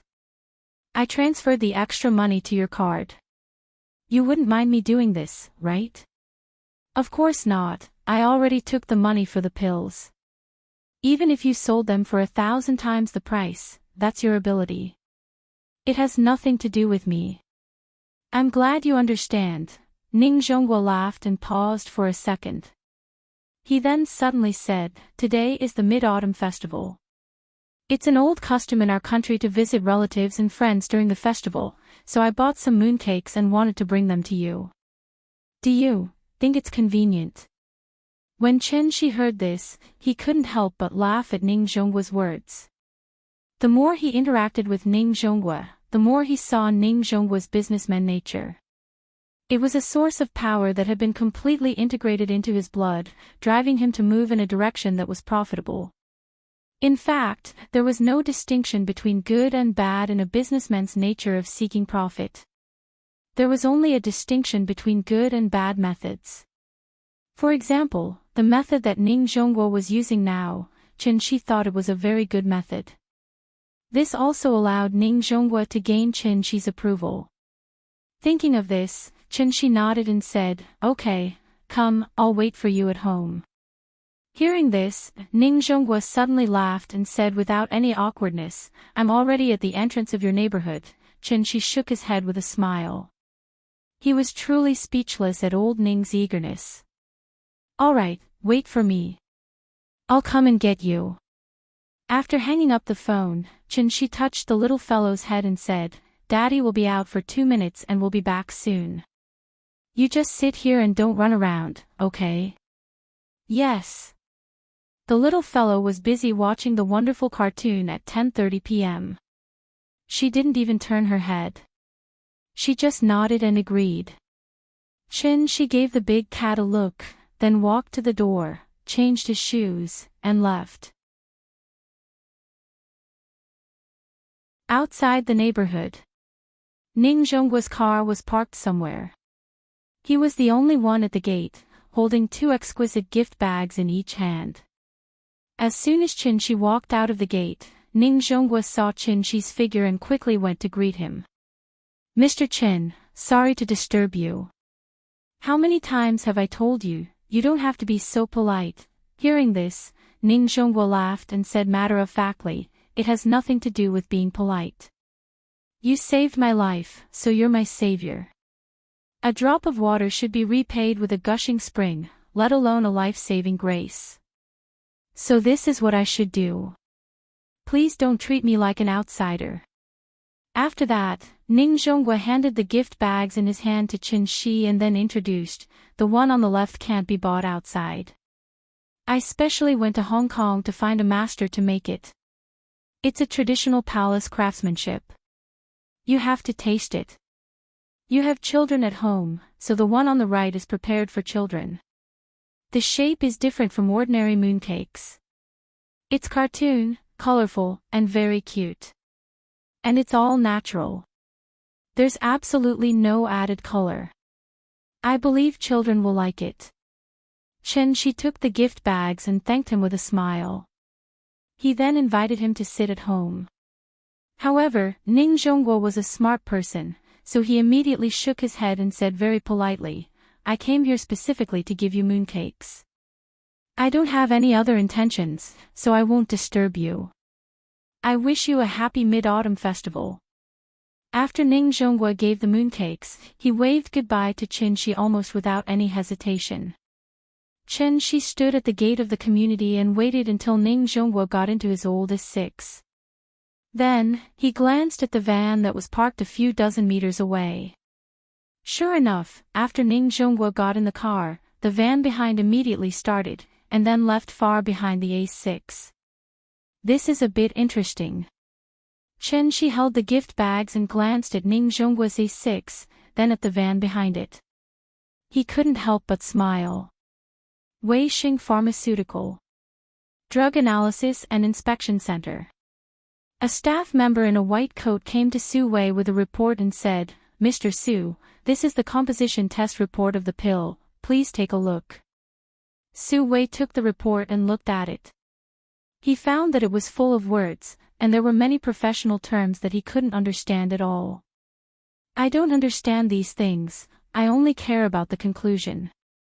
Just briefly explain it to me." "Okay, Mr. Su." The staff member nodded, then simply explained in words that Su Wei could understand. "After our detailed analysis and inspection, we learned that this pill is actually a simple Chinese medicine pill. The specific composition test report has been listed in detail. According to the formula, we speculate that this pill can only play the role of nourishing the body and replenishing the qi in blood." Hearing this, Su Wei's expression changed.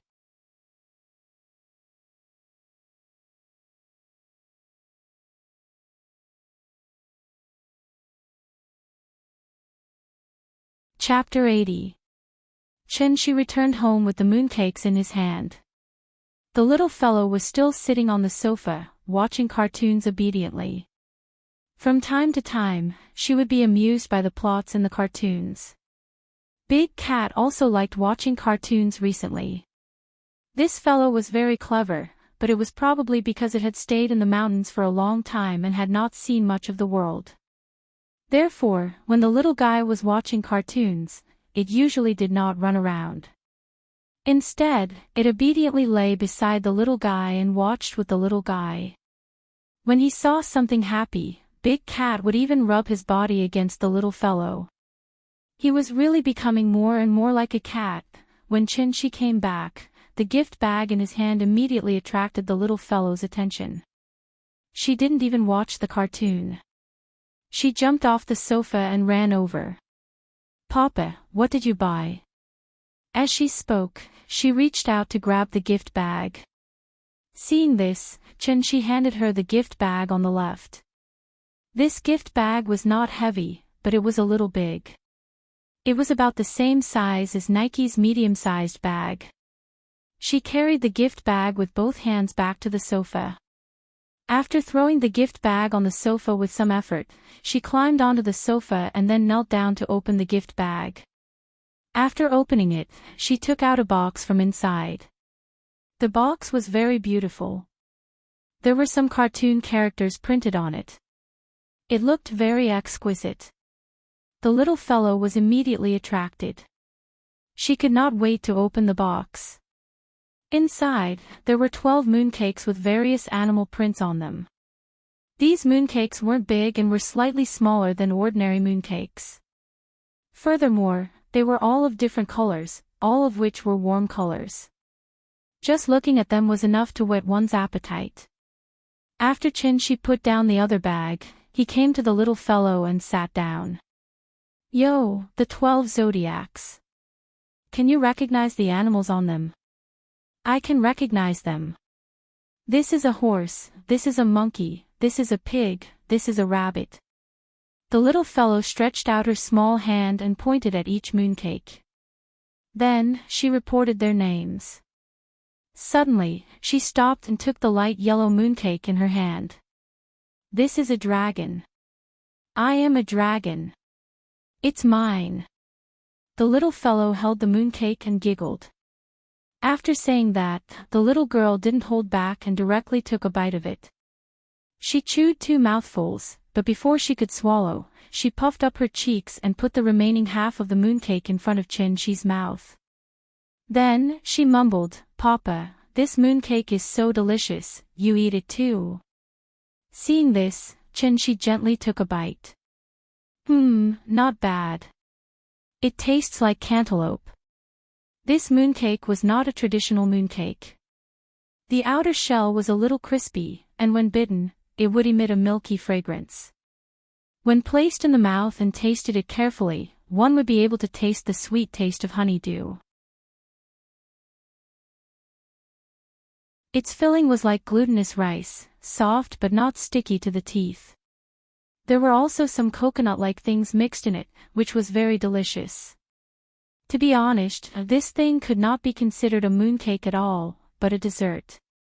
In Chen-Chi's memory, mooncakes were supposed to be made of egg yolks, red bean paste, 5 kernels, and lotus seed.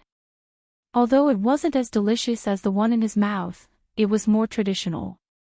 Perhaps it was because this mooncake was too delicious, the little girl ate 3 pieces in a row, and then collapsed on the sofa. When Chen-Chi saw her like this, he knew that there was no need to make lunch today. When she was full, she would naturally start to feel sleepy. The little girl watched cartoons for a while, and unknowingly, she dozed off. Chen-Chi didn't want to wake her up, so he didn't carry her back to the bedroom. Instead, he gently covered her with a cold blanket. But just as Chen-Chi was covering the little girl with the cold blanket, his phone suddenly rang. Immediately, Chen-Chi was startled, and he quickly picked up the phone. The phone call was from Lin Xian. After Chen-Chi ran into the bedroom, he said into the phone, "Hello. It's me, Lin Xian. I know, what's the matter?" It's nothing. I just wanted to ask, do you have any plans for the Mid-Autumn Festival? Her voice sounded a little hesitant. It was slow, but there was a rare gentleness in it. Chen-Chi thought for a moment, but he pretended to answer casually, "It's nothing. I just let her play too much a few days ago, so I'm going to tutor her at home for the next 2 days to adjust her. Otherwise, she'll cry for half a day when she goes to school." There was a moment of silence on the other end of the phone. Then, Lin Xian's voice became a little lighter. "Oh, then it's nothing. I wanted to ask you guys out for an outing. It seems like I can't. Then I'll ask someone else out. That's all. Happy festival. Happy festival." After dinner, the little girl watched cartoons for a while. When the moon rose, Chen-Chi took her to the courtyard again. Children couldn't watch too much television, so it was a good choice to take her out to admire the moon. So, the father and daughter sat on the swing like yesterday and admired the moon. Perhaps it was because she was in a good mood today, the little girl chewed on a mooncake while shouting for Chen-Chi to tell her a story. Seeing this, Chen-Chi told her the story of Chang-Yi flying to the moon. There were many stories about Chang-Yi, but the most popular one was that Chang-Yi was forced to swallow a medicine and became an immortal. She was trapped in the moon palace.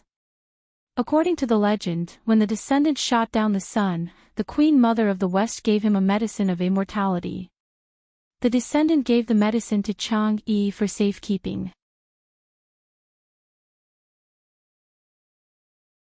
One day, the descendant's disciple, Feng Meng, took advantage of the descendant's absence and forced Chang-Yi to hand over the medicine of immortality.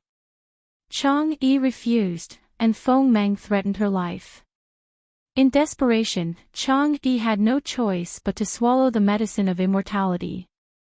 The medicine of immortality was an immortal medicine, so Chang-Yi immediately became an immortal. She floated off the ground and flew towards the sky. This medicine was originally given to the descendant by the Queen Mother of the West. Although Chang-Yi became an immortal after eating the medicine of immortality, she couldn't be listed as an immortal. So she could only be trapped in the cold moon palace, never to see the descendant again. The little girl was young, but she seemed to understand the pain of yearning between a man and a woman. After hearing Chen-Chi's story, her little face scrunched up, and she kept muttering to herself, "Big sister Chang-Yi is so pitiful." Seeing this, Chen-Chi could only gently rub her little head. Actually, there was another version of the story of Chang-Yi flying to the moon. That was the version of Chang-Yi abandoning her husband and swallowing everything for herself. Because Chang-Yi didn't know that this medicine was only effective for the descendant, after swallowing it, she discovered that she was forever trapped in the moon palace. This was also a punishment given to her by the Queen Mother of the West. Of course, this version of the legend was a bit dark, so Chen-Chi didn't tell the little girl. The father and daughter pair swayed leisurely on the swing and admired the moon. Meanwhile, in the distance, in a small courtyard, a white-robed woman walked out of the pavilion and looked up at the full moon in the sky. She was dressed in a pure white dress, and under the bright moonlight, she was like a piece of white jade, shining brightly. The moonlight was like water, but it was also bone-chilling. Who could understand Chang's suffering? 10 frosty shadows turned the courtyard tree. This evening bound people to a corner. Not necessarily. Chang'e was without sorrow and hatred, the jade toad was cold and the osmanthus was lonely. Asterisk asterisk asterisk asterisk asterisk asterisk asterisk asterisk asterisk asterisk Chapter 76. Someone asked the use of the poem at the beginning, saying, I am water. Now, let me explain. That poem corresponds to this one. Both poems are called Mid-Autumn Moon. One is by Su Shi, and the other is by Yan Shu. Both poems have metaphors. Putting aside the metaphors, these two poems perfectly fit the theme of this book.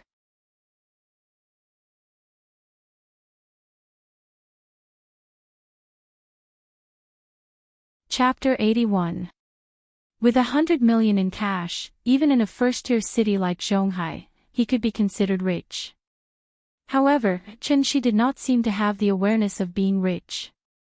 He was still busy buying groceries, cooking, washing clothes, and taking care of the children every day. He was completely the image of a standard housewife. Many people who had money would first buy a house, thinking that they should change to a better environment for their children to grow up in. Chen Shi did not consider the issue of changing houses at all. There were mainly a few reasons. First of all, this was the house that he and Ning Ying had worked hard to buy before he left, so he had deep feelings for this house. If there was a forced demolition, Chen Shi might become the most powerful holdout in history. Second, other than the house being a little shabby, the sanitary environment was a little poor, and the surrounding facilities were a little lacking. What else was wrong with it? Most of the residents in the Kong residence district were not rich, so they might often quarrel over some trivial matters. However, if something really happened to a family, the kind of concern and help from the neighbors was not something the rich people who lived in a mansion alone could feel. Chen Shi was very used to living here, so he did not plan to move at all. He did not even consider redecorating. After all, he used to live very comfortably in the cave, didn't he? But then again, in fact, even Chen Shi himself did not realize that he was now completely integrated into this society. It was like returning to the feeling before he left. It was a feeling called life, which made him feel very comfortable every day. In the morning, after the little girl and Aunt Zhang had a video chat, Chen Shi hugged her and asked seriously, Nian Nian, do you still want to go to kindergarten? The little girl bit her finger and thought for a while, then she said hesitantly, I don't want to go. Perhaps she still remembered that she was the one who strongly requested to go to kindergarten, so she immediately said with some embarrassment, you can go too. After that, she burrowed into Chen Shi's arms. Seeing this, Chen Shi could not help but smile and rubbed her little head. It was already far beyond Chen Shi's expectations that she could endure until now. Children were always curious about things that they had never come into contact with before. It was the same in kindergarten. Nian Nian used to be envious of other children who could go to kindergarten, but when she really went there, she found that kindergarten was actually not a very fun place. She could play once or twice, but if she did it every day, how could she not get tired of it? In fact, Nian Nian's kindergarten was still okay. Teacher Wang was very responsible, and the arrangement of their curriculum was very scientific. There was not too much content that was beyond the syllabus.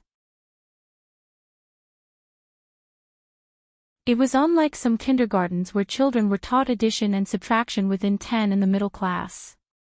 Addition and subtraction seemed very simple, but in fact, it was a first-grade lesson arranged by the education committee. It was knowledge that only first-grade children needed to know. The reason why kindergartens taught this was because many parents now had the illusion that if their children did not learn it in advance, they would lose at the starting line. Therefore, under the strong request of some parents, many children who were not even 4 or 5 years old could already recite the positive numbers within 100 and the negative numbers within 100 smoothly. This also made the parents feel complacent, thinking that their children were the smartest.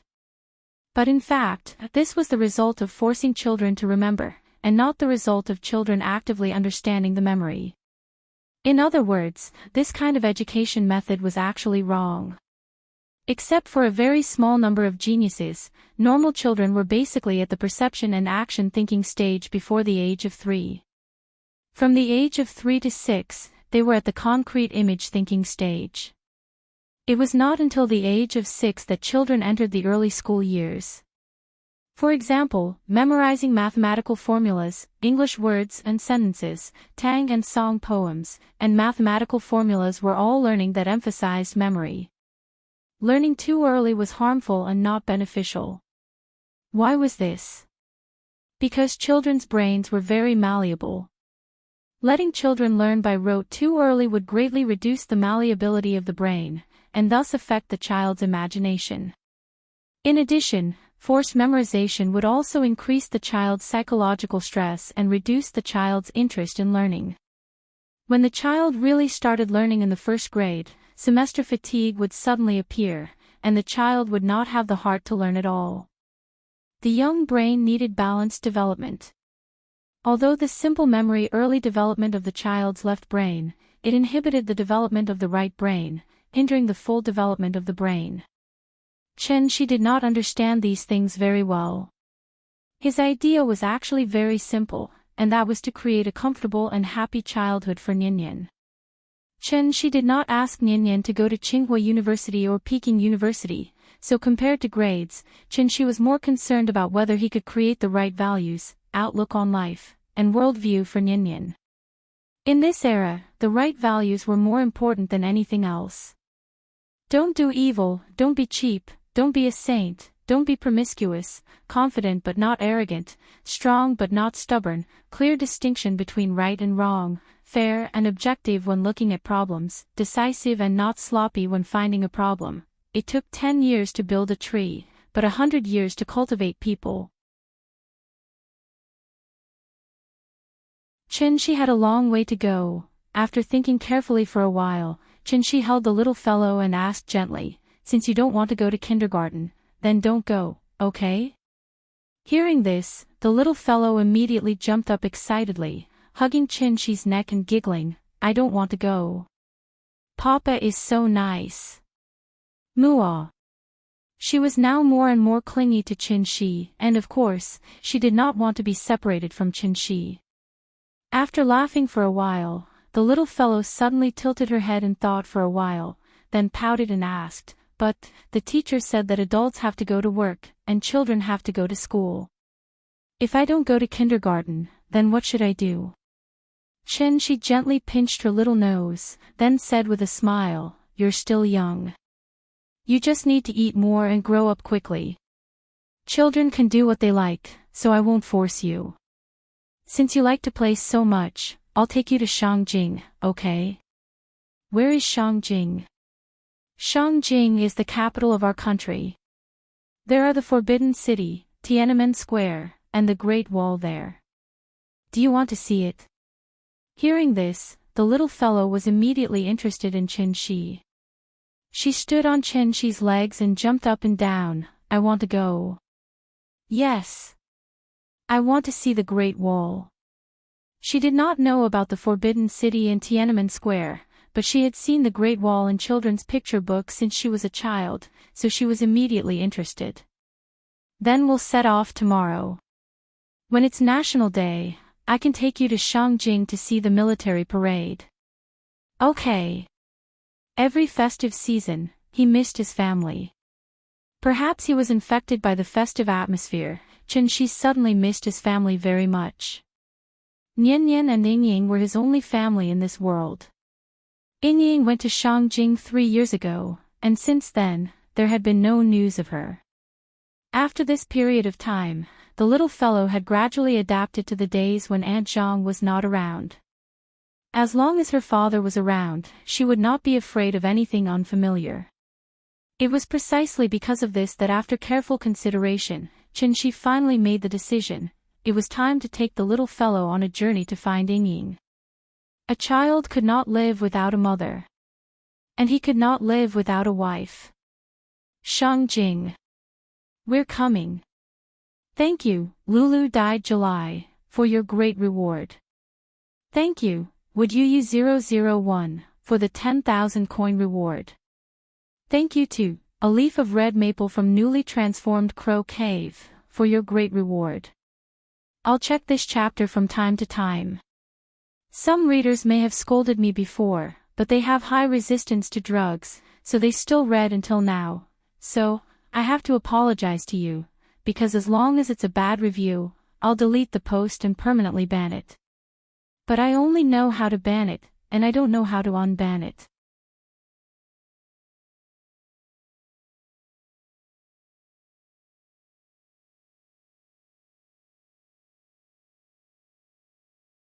The father and daughter were singing happily when suddenly, there was a light knock on the door. Qinshi frowned and glanced at the door, but he did not immediately get up to open it. The little fellow was sitting beside Qinshi. When she heard the knock on the door, she immediately shouted excitedly, "Someone is knocking on the door, someone is knocking on the door." Qinshi did not move, and the little fellow immediately became anxious. She quickly shook his arm and shouted, "Papa, someone is knocking on the door. Open the door." Got it. Qinshi pinched her little face. Only then did he get up and open the door under the little fellow's constant urging. There were 3 people standing outside the door. A middle-aged man in his 40s. Behind the middle-aged man stood 2 big men in black suits, who were obviously bodyguards. After seeing Qinshi open the door, the middle-aged man turned his head to the 2 bodyguards and said, "You go down and wait for me." After that, the middle-aged man turned his head and looked at Qinshi. He asked enthusiastically, "Excuse me, are you Mr. Qinshi?" "Yes, I am." "What's the matter?" "Oh, hello, it's like this," the middle-aged man laughed and said politely. After a pause, he continued to ask, "I want to take the liberty of asking you a question. Excuse me, do you know Ning Zhonghua?" After that, the middle-aged man stared at Qinshi's expression, as if he wanted to see something from his face. However, Qinshi's answer was somewhat out of his expectations. It seemed that he did not mean to hide it at all. Qinshi nodded directly and replied, "Yes." The middle-aged man was stunned. He did not expect Qinshi to admit it so quickly. However, he was also experienced, so he immediately laughed and said, "That's great. Hello, Mr. Qin, my name is Su Wei. I've been friends with Ning Zhonghua for many years." After that, Su Wei laughed and extended his right hand to Qinshi. Out of politeness, Qinshi shook his hand.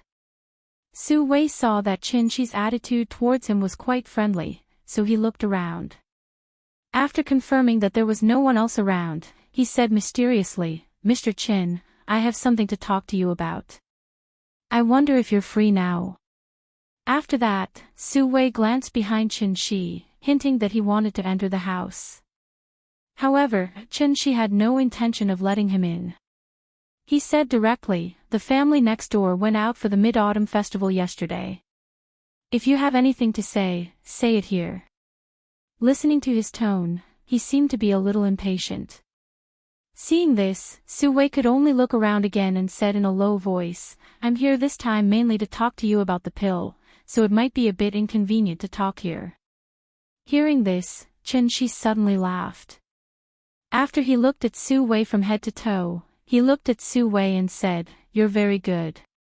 Yesterday, Ning Zhonghua just delivered the mooncakes, and today, Su Wei came looking for him." It had to be said that Su Wei was really good at finding people and analyzing information. As a businessman, Su Wei was obviously a successful businessman. Su Wei smiled politely. Just as he was about to say something, Chen Shi continued, "This pill is for sale to anyone. I can sell it to you for 10 million per pill. However, you still need to help me find someone, how about that?" Su Wei was a little confused. He felt like this young man in front of him was a bit too direct. He was so honest that he began to wonder if this person was a liar. Chen Shi was a secret weapon for Ning Zhonghua. So except for Zhang Jiade, Ning Zhonghua never mentioned Chen Shi to anyone. But unfortunately, Ning Zhonghua was just a businessman after all, not a senior government official.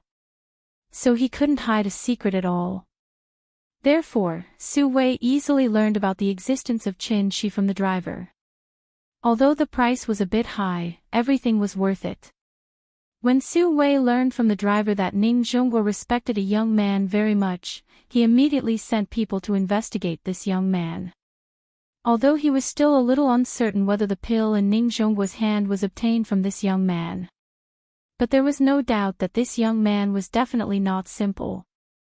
Therefore, Su Wei immediately came to visit. What he didn't expect was that this young man actually admitted it directly and even made his request directly. Chen Shi waited for a while. Seeing that Su Wei didn't immediately answer after listening to his request, he frowned and asked, "Is there a problem?" Su Wei just hesitated out of caution. Seeing that Chen Shi was urging him, he immediately nodded and said, "No problem." What a joke, that pill in Ning Zhonghua's hand was sold for 100 million. But Su Wei also knew that 100 million for one pill was the price Ning Zhonghua got through the auction. Once the second batch of pills came out, everyone would understand that this pill could be mass-produced. Naturally, it wouldn't be sold at such a high price. Su Wei thought that although it couldn't be sold for 100 million, 30 to 50 million shouldn't be a big problem, right? This was a good deal. Seeing that Su Wei agreed, Chen Shi nodded and then shouted into the house, "Big cat, help me get the small white bottle on the table." Then, in front of Su Wei's stunned expression, Chen Shi slowly took the small bottle from the big cat's mouth and handed it to Su Wei. 10 pills, 100 million, when will it be paid? Old Tai, you rewarded me with 100,000 coins for 20 chapters? Rich. Unfortunately, I can't eat it, unless I kill Zhao Yuan's entire family to get enough.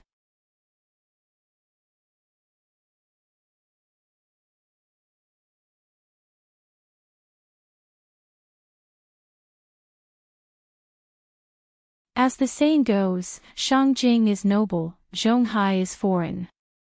Zhonghai had only been open for about 160 years, but Shangjing was an ancient city with a history of over 3,000 years. Therefore, Zhonghai was still too young compared to Shangjing. Shangjing was an inland city, and there were many industries, so the smog was very serious. However, Chen Shi chose a good day, because it was almost National Day, so the factories near Shangjing began to arrange to stop work, ready to give the city a chance to breathe. This also allowed the father and daughter, who had just arrived in Shangjing, to see the blue sky and white clouds. The autumn air was refreshing, and the hall was full of ginkgo trees. After getting off the plane, Chen Shi carried the little fellow in a taxi and went straight to the hotel. Shangjing received more than 200 million tourists a year.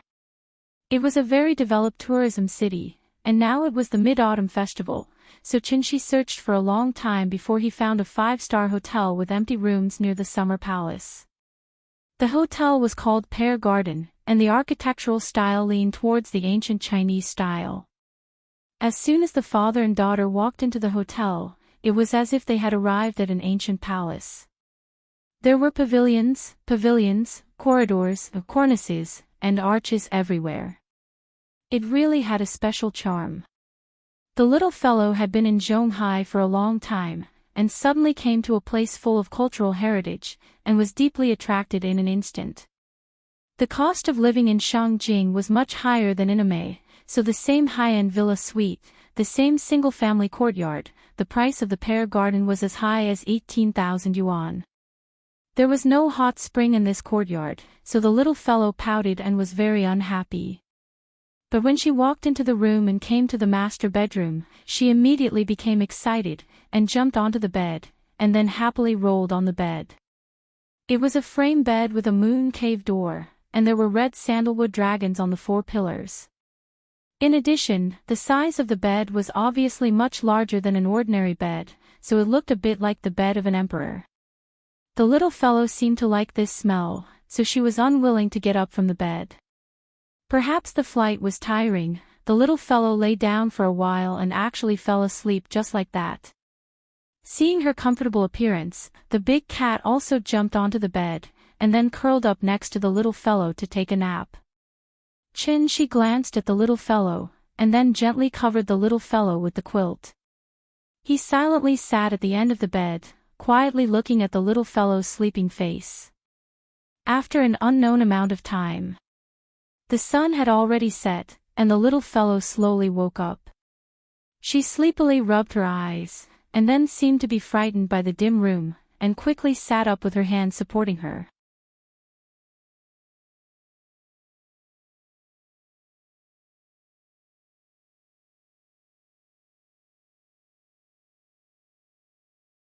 Chapter 84. Shangjing used to be called Sizhou City. In ancient times, Shangjing City was divided into the Outer City, Inner City, Imperial City, and Forbidden City. What was Sizhou City? In fact, it was the 4 gates of the Imperial City and the 9 gates of the Inner City. The 4 gates of the Imperial City were Tian and Men, Di and Men, Dong and Men, and Shi and Men. The 9 gates of the Inner City were Dong and Men, Shi and Men, Chaoyang Men, Fu and Men, Chongwen Men, Xuanwu Men, Dishing Men, Anding Men, and Qian Men. These gates were very famous. Even people who had never been to Shangjing might have heard of them from newspapers and television. When some of the older people in Shangjing were bragging, they would tell others that their ancestors lived in Sizhou City with their Beijing accent. That was because in the Qing dynasty, the emperor lived in the Forbidden City, the royal family lived in the Imperial City, and the commoners and Han people could only live in the Outer City. By saying this, he was actually trying to express that his ancestors were relatives of the imperial family. As for whether it was true or not, only God knew. Taizu once said, "The temple is small, but the gods are big, and the pond is shallow." However, that was decades ago. Shangjing's pond was not shallow now. It was not an exaggeration to say that there were hidden dragons and crouching tigers. Just like a joke, if one stood on the street and threw a brick casually, it might hit a few officials. After all, this was the capital, and also a famous historical city that had been passed down for thousands of years. The magnificent history had been blown away by the wind and rain, and the world had changed, but Shangjing's majestic city still stood there. This was the origin of its unique charm. At 8:30 in the evening, it was neither too early nor too late. In addition, the little girl had already slept, so after she accompanied her in the courtyard for a while, she started to clamor about going out to see Tiananmen. This was outside the 4th Ring Road. It would take more than an hour to take the subway from Summer Palace to Tiananmen. Even if there were no traffic jams at night, it would take at least 40 minutes. Therefore, she wisely rejected her request. The little girl refused and kept clamoring to go out and play. She almost rolled on the ground and threw a tantrum. She had just woken up and eaten, so of course, she was full of energy. Seeing this, she had no choice but to agree to take her to Summer Palace. The Summer Palace would open at 8:00, and tourists were not allowed to enter. However, she did not intend to enter from the front door. He carried the little girl and walked around the outside of the Summer Palace. Eventually, they arrived at a secluded path. After that, she looked around and confirmed that there were no cameras around. He held the little fellow in his arms and lightly stepped on the ground.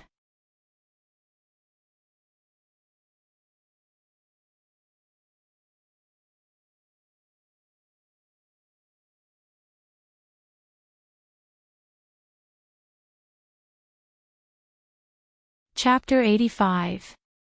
The Pavilion of Mirrors was located on the west bank of Kunming Lake, commonly known as Tuanching. Therefore, this lake on the southwest side of Kunming Lake was also known as Lake Tuanching. The outer circle of the Pavilion of Mirrors was about 60 meters in diameter. It was a circular water fortress. Unfortunately, it was destroyed during the reign of Cixi. Now, only a desolate island of ruins remained. Lake Tuanching was the destination of the south to north water transfer project.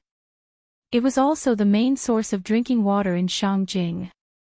Because there were too many people who came here to swim, in order to protect the water source, the government could only pay the price of destroying the summer palace and depriving the tourists of the view. They invested tens of millions to increase the height and increase the fence to prevent tourists from entering. Thus, it was difficult to recreate the scenery of Lake Tuanching. There were no private cruises on Kunming Lake. Therefore, if one wanted to get to the Pavilion of Mirrors, they could either secretly swim over the fence or wait for the lake to freeze in winter and step on the ice to get there. This place had been sealed for a long time. It was indeed a bit desolate. In addition, it was already late. The lush trees on the island blocked most of the moonlight. Therefore, it looked gloomy and was especially scary. She carried the little girl and gently stepped onto the Pavilion of Mirrors. What he saw was a burnt tree. Its mottled shadow echoed with the scarred city wall behind it. Through the gaps between the tree roots, he could see the shadow of the Jade Spring Mountain Pagoda in the distance. This place was too remote and gloomy. Therefore, the little girl immediately became afraid. She could only shrink into Qinxi's arms as much as possible. Her small hands hugged Qinxi tightly. Her palms were cold. This also made Qinxi frown slightly. He originally thought that the Pavilion of Mirrors was a good place. He didn't expect to find that it was just a desolate ruin. It was not good to scare the child. Therefore, Qinxi gently placed his left hand on the little girl's head. He carried her and prepared to leave. However, before leaving, Qinxi suddenly raised his head and looked thoughtfully at the abandoned city wall that was more than 10 meters high. He then stepped on the water again and slowly left. Back at the hotel, the little girl was a bit unhappy. She was probably frightened. Even when Qinxi said that he would play games with her, she was not interested at all. Qinxi had no choice but to hug her and sit on the bed. Then, he told her Andersen's fairy tales. The story wasn't important. What was important was that her father was by her side. Therefore, the little fellow wrapped herself in the soft quilt and lay in Qinxi's arms, listening to his long-winded story. Finally, she slowly relaxed and fell into a deep sleep. The next day, before dawn. Perhaps because she was frightened last night, the little girl seemed to be having a nightmare. Before she woke up, she waved her little hands and murmured in a daze, "Papa. Papa, Daddy is here." Qinxi was sitting cross-legged beside her. When he heard her cry, he immediately checked on her condition. Then, he placed his hand on the little fellow's forehead and said softly, "Daddy is here. Baby, don't be afraid, don't be afraid." Perhaps Qinxi's comfort was effective. The little girl hugged Qinxi's wrist, then changed her position and continued to sleep. Qinxi's wrist was grabbed by her, so he couldn't move casually. So, he could only maintain this awkward position and quietly look at the little girl's sleeping face. His eyes were very gentle, full of a kind of fatherly love. Zhonghai. Jin City Villa. In Ning Zhonggua's study. Mr. Hu sat on the sofa quietly, waiting for Ning Zhonggua's reply. He had been with Ning Zhonggua since he was 18 years old. Now, it had been more than 20 years. As for him, he had slowly climbed up the ladder to become the vice president of the Zhonghai Ocean Group from his position as a storekeeper. Mr. Hu's education level was not high. After dropping out of junior high school, he came out to work. If it weren't for Ning Zhongguo's promotion, he would not have been able to get to where he was today. Therefore, in Mr. Hu's heart, Ning Zhongguo was his benefactor and also his benefactor who gave him a chance to prove his value in life. After listening to Mr. Hu's report, Ning Zhongguo frowned slightly. After careful consideration, Ning Zhongguo asked, "Are you sure the news is true?" Mr. Hu immediately nodded and said with certainty, "It's absolutely true. Su Wei must have Mr. Chen's elixirs, but I'm not sure how many he has for the time being. How did he find Mr. Chen?" After saying that, without waiting for Mr. Hu to answer, Ning Zhongguo suddenly seemed to think of something. He suddenly shook his head and laughed. After gently shaking his head, he sighed as if he was deeply moved. "Other than you, only old Lu and Chiu Tong know about Mr. Chen's existence. Yesterday, Mr. Lu suddenly took a long leave. I really thought he had something urgent to deal with. I really didn't expect that Mr. Lu would betray me one day." Mr. Hu did not speak. Although he was the vice president and old Lu was the chauffeur, old Lu had more experience than him if they were to compare. Ning Zhongguo would never mistreat his confidants. Mr. Hu wanted to climb up the ranks, so Ning Zhongguo let him sit in the vice president position. His position in the Ocean Group was second only to Ning Chiudong. Mr. Lu was not so career-oriented. Ning Zhongguo wanted to transfer him many times, but Mr. Lu refused with a smile. Therefore, Ning Zhongguo could only give him a big red packet every year, which was as thick as Mr. Hu's annual salary. Ning Zhongguo sighed for a while, but he did not seem to care too much about this matter.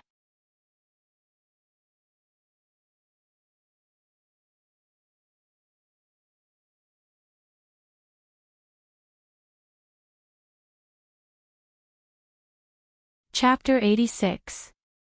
Shangjing Mintai Affairs Investigation Center. Just from the name alone, this place seemed to be very powerful. But in fact, this was a so-called private detective company. The illegal kind. In 1993, the Ministry of Public Security issued a notice prohibiting any unit or individual from opening various forms of civil affairs investigation, security affairs investigation, and other private detective agencies. The prohibited services included handling civil and economic disputes, debt recovery, security and technical consulting, investigations involving personal privacy, and so on. In 2002, the State Administration for Industry and Commerce Trademark Office adjusted the scope of trademark registration. The original 42 categories of goods and services were expanded to 45 categories. Among them, the new permitted registration categories included the provision of private bodyguards, detective companies, and security services such as search and investigation. Therefore, many detective companies even had a formal registered trademark of private detective. However, a strange thing happened. The State Administration for Industry and Commerce allowed the registration of trademarks, but it did not mean that the ban on private detective had been lifted. It was precisely because of this that private detective was still an illegal industry. The reason why the Ministry of Public Security prohibited it was mainly because private detective investigations were likely to touch on other people's privacy. Moreover, the evidence and materials provided by private detectives were not credible, and there was even the possibility of falsification. The state prohibited it, but the consumer market had a huge demand. Therefore, in recent years, there were more and more private detective companies with names such as consulting companies, public affairs investigation centers, and public affairs investigation centers. These companies that called themselves public affairs investigation agencies had a wide range of services, including search, emotional loyalty investigation, child behavior monitoring, recovery of large debts, whereabouts investigation, credit investigation, intellectual property investigation, as well as anti-counterfeiting and protection of rights, economic intelligence investigation, and so on. If private detectives wanted to complete their business, they could only use methods such as tracking, stalking, and candid photography to obtain the corresponding evidence.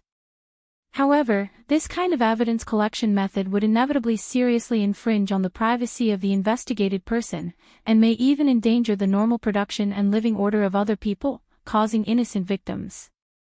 Therefore, it was prohibited by law.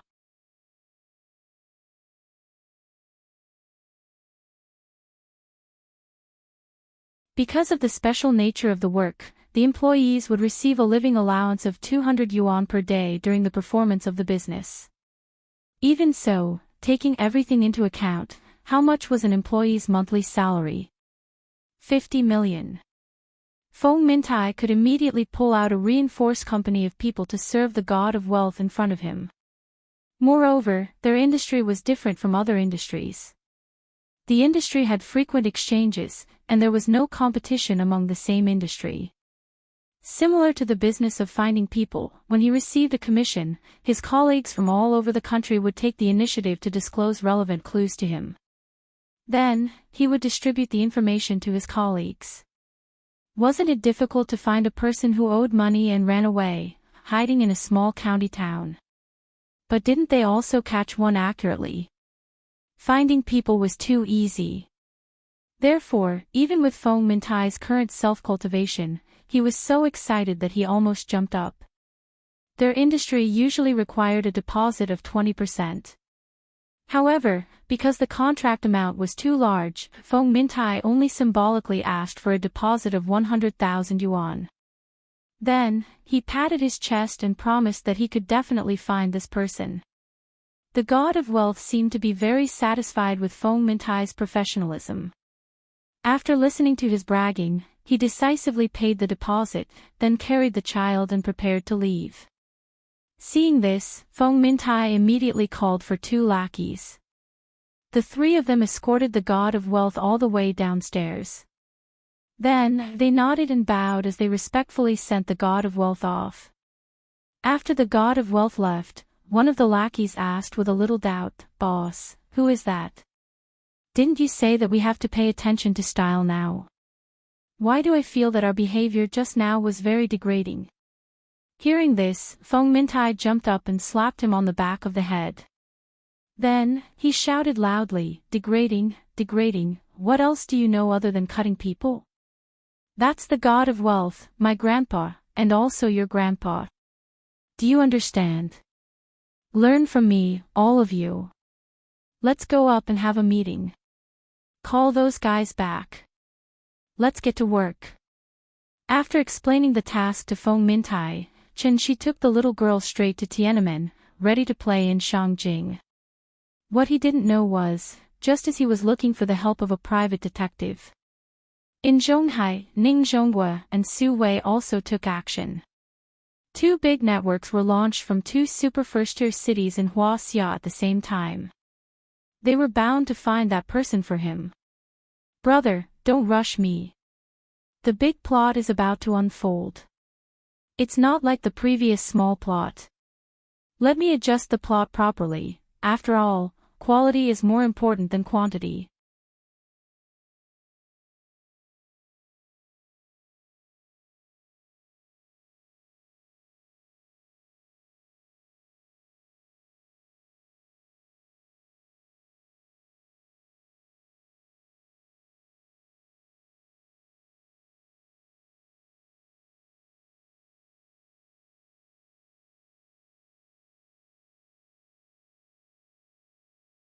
Every time he came to a crowded place, Chen Shi would deliberately stop and carefully scan every face that came and went.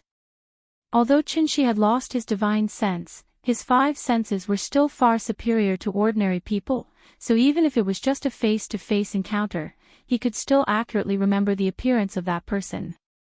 While Chen Shi was strolling around Shangjing with the little fellow in his arms, trying his luck, Su Wei, on the other hand, used a method similar to hunger marketing to inflate the price of the pills higher and higher.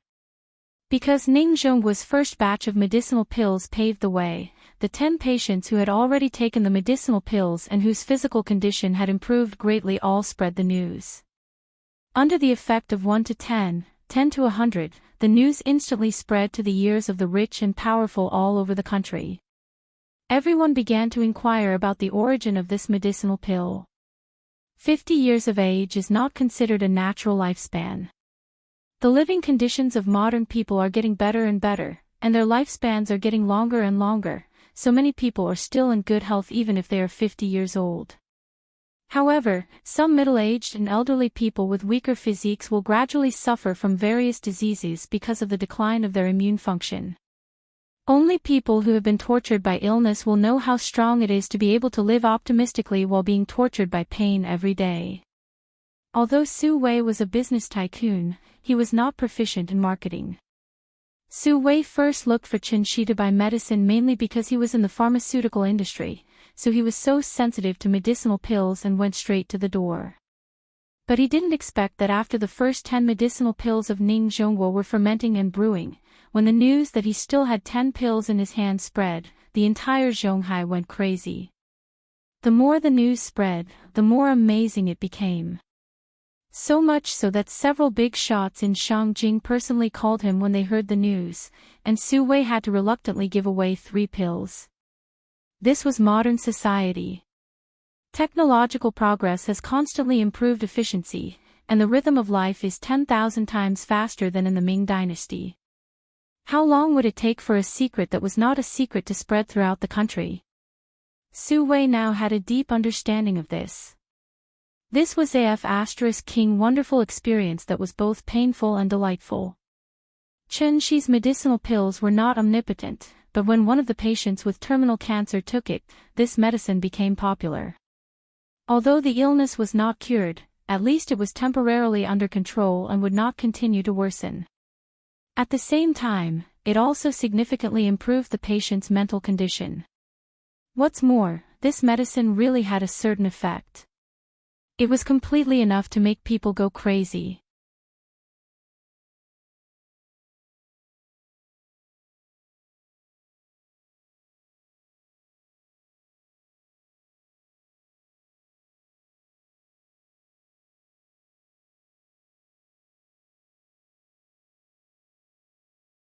In a pitch-black room, Chen Shi, who was sitting cross-legged on the bed, suddenly opened his eyes. Immediately after, a sudden burst of intense murderous aura scared the big cat, who was sleeping, to the point that it jumped up in fright. Because he always had an unrealistic fantasy in his heart, Chen Shi had never set up a restriction in his house. He had always been looking forward to the day when Yingying would come back. However, he didn't expect that it wouldn't be Yingying who would come, but a thief. Chen Shi silently sensed the commotion from afar. When Bisoon tore the note from the fridge and the bedside table, he completely exploded. Chen Shi cast a meditation incantation on the little girl with a solemn expression. Then, he wrapped the little girl in a blanket and carried her to the courtyard. When the big cat saw that the situation wasn't right, it immediately jumped into Chen Shi's arms. Then, it stuck out its butt and tried its best to squeeze into the little girl's blanket. It poked its head out and looked around. It didn't know what Chen Shi was up to in the middle of the night. Just as it was feeling confused, Chen Shi let out a loud snort. Then, he carried them and soared into the sky. There was no sense of weightlessness or the sound of wind. The big cat peeked its head out and immediately started to meow in shock. The brightly lit city of Shangjing became smaller and smaller. In the blink of an eye, it gradually disappeared from its sight. Chen Shi was really enraged.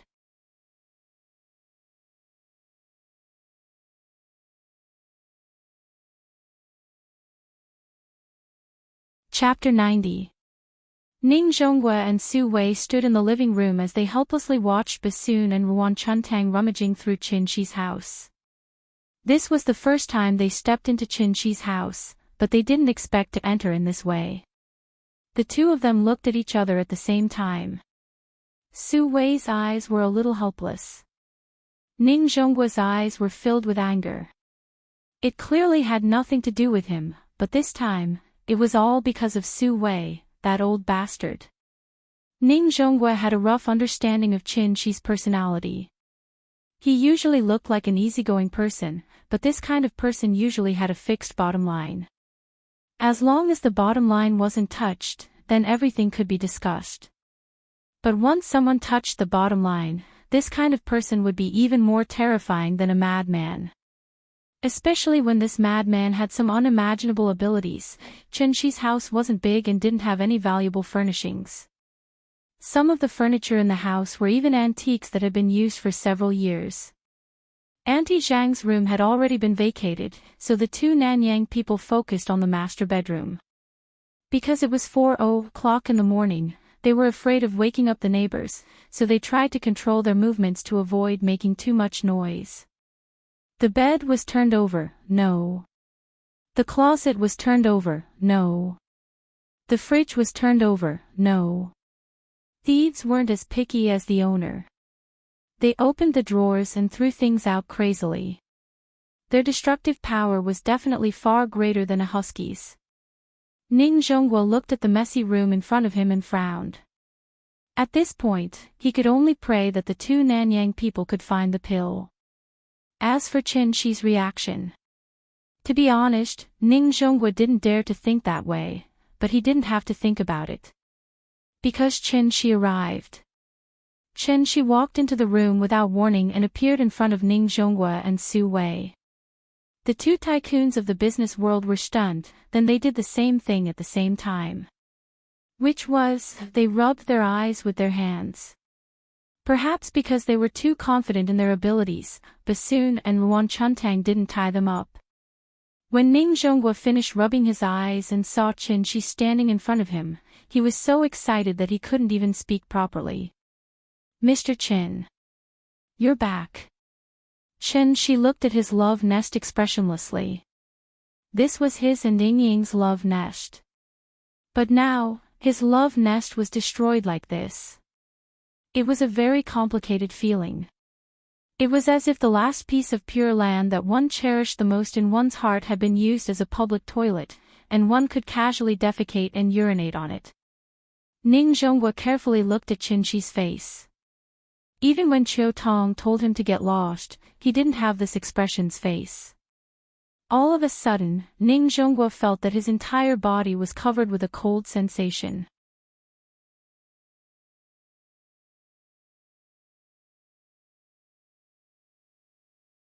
Perhaps it was because Ning Zhonghua had gone through the incident with the spirits that he could still muster up the courage to speak. Mr. Chen, however, Chen-Chi acted as if he did not hear it at all. After putting down the two daring thieves, he hugged his blanket and sat on the sofa. Then, he looked at the big cat expressionlessly and asked, "Do cats eat meat too?" Hearing this, the big cat immediately meowed meekly. As it barked, it glanced at the two people on the ground with a look of disdain.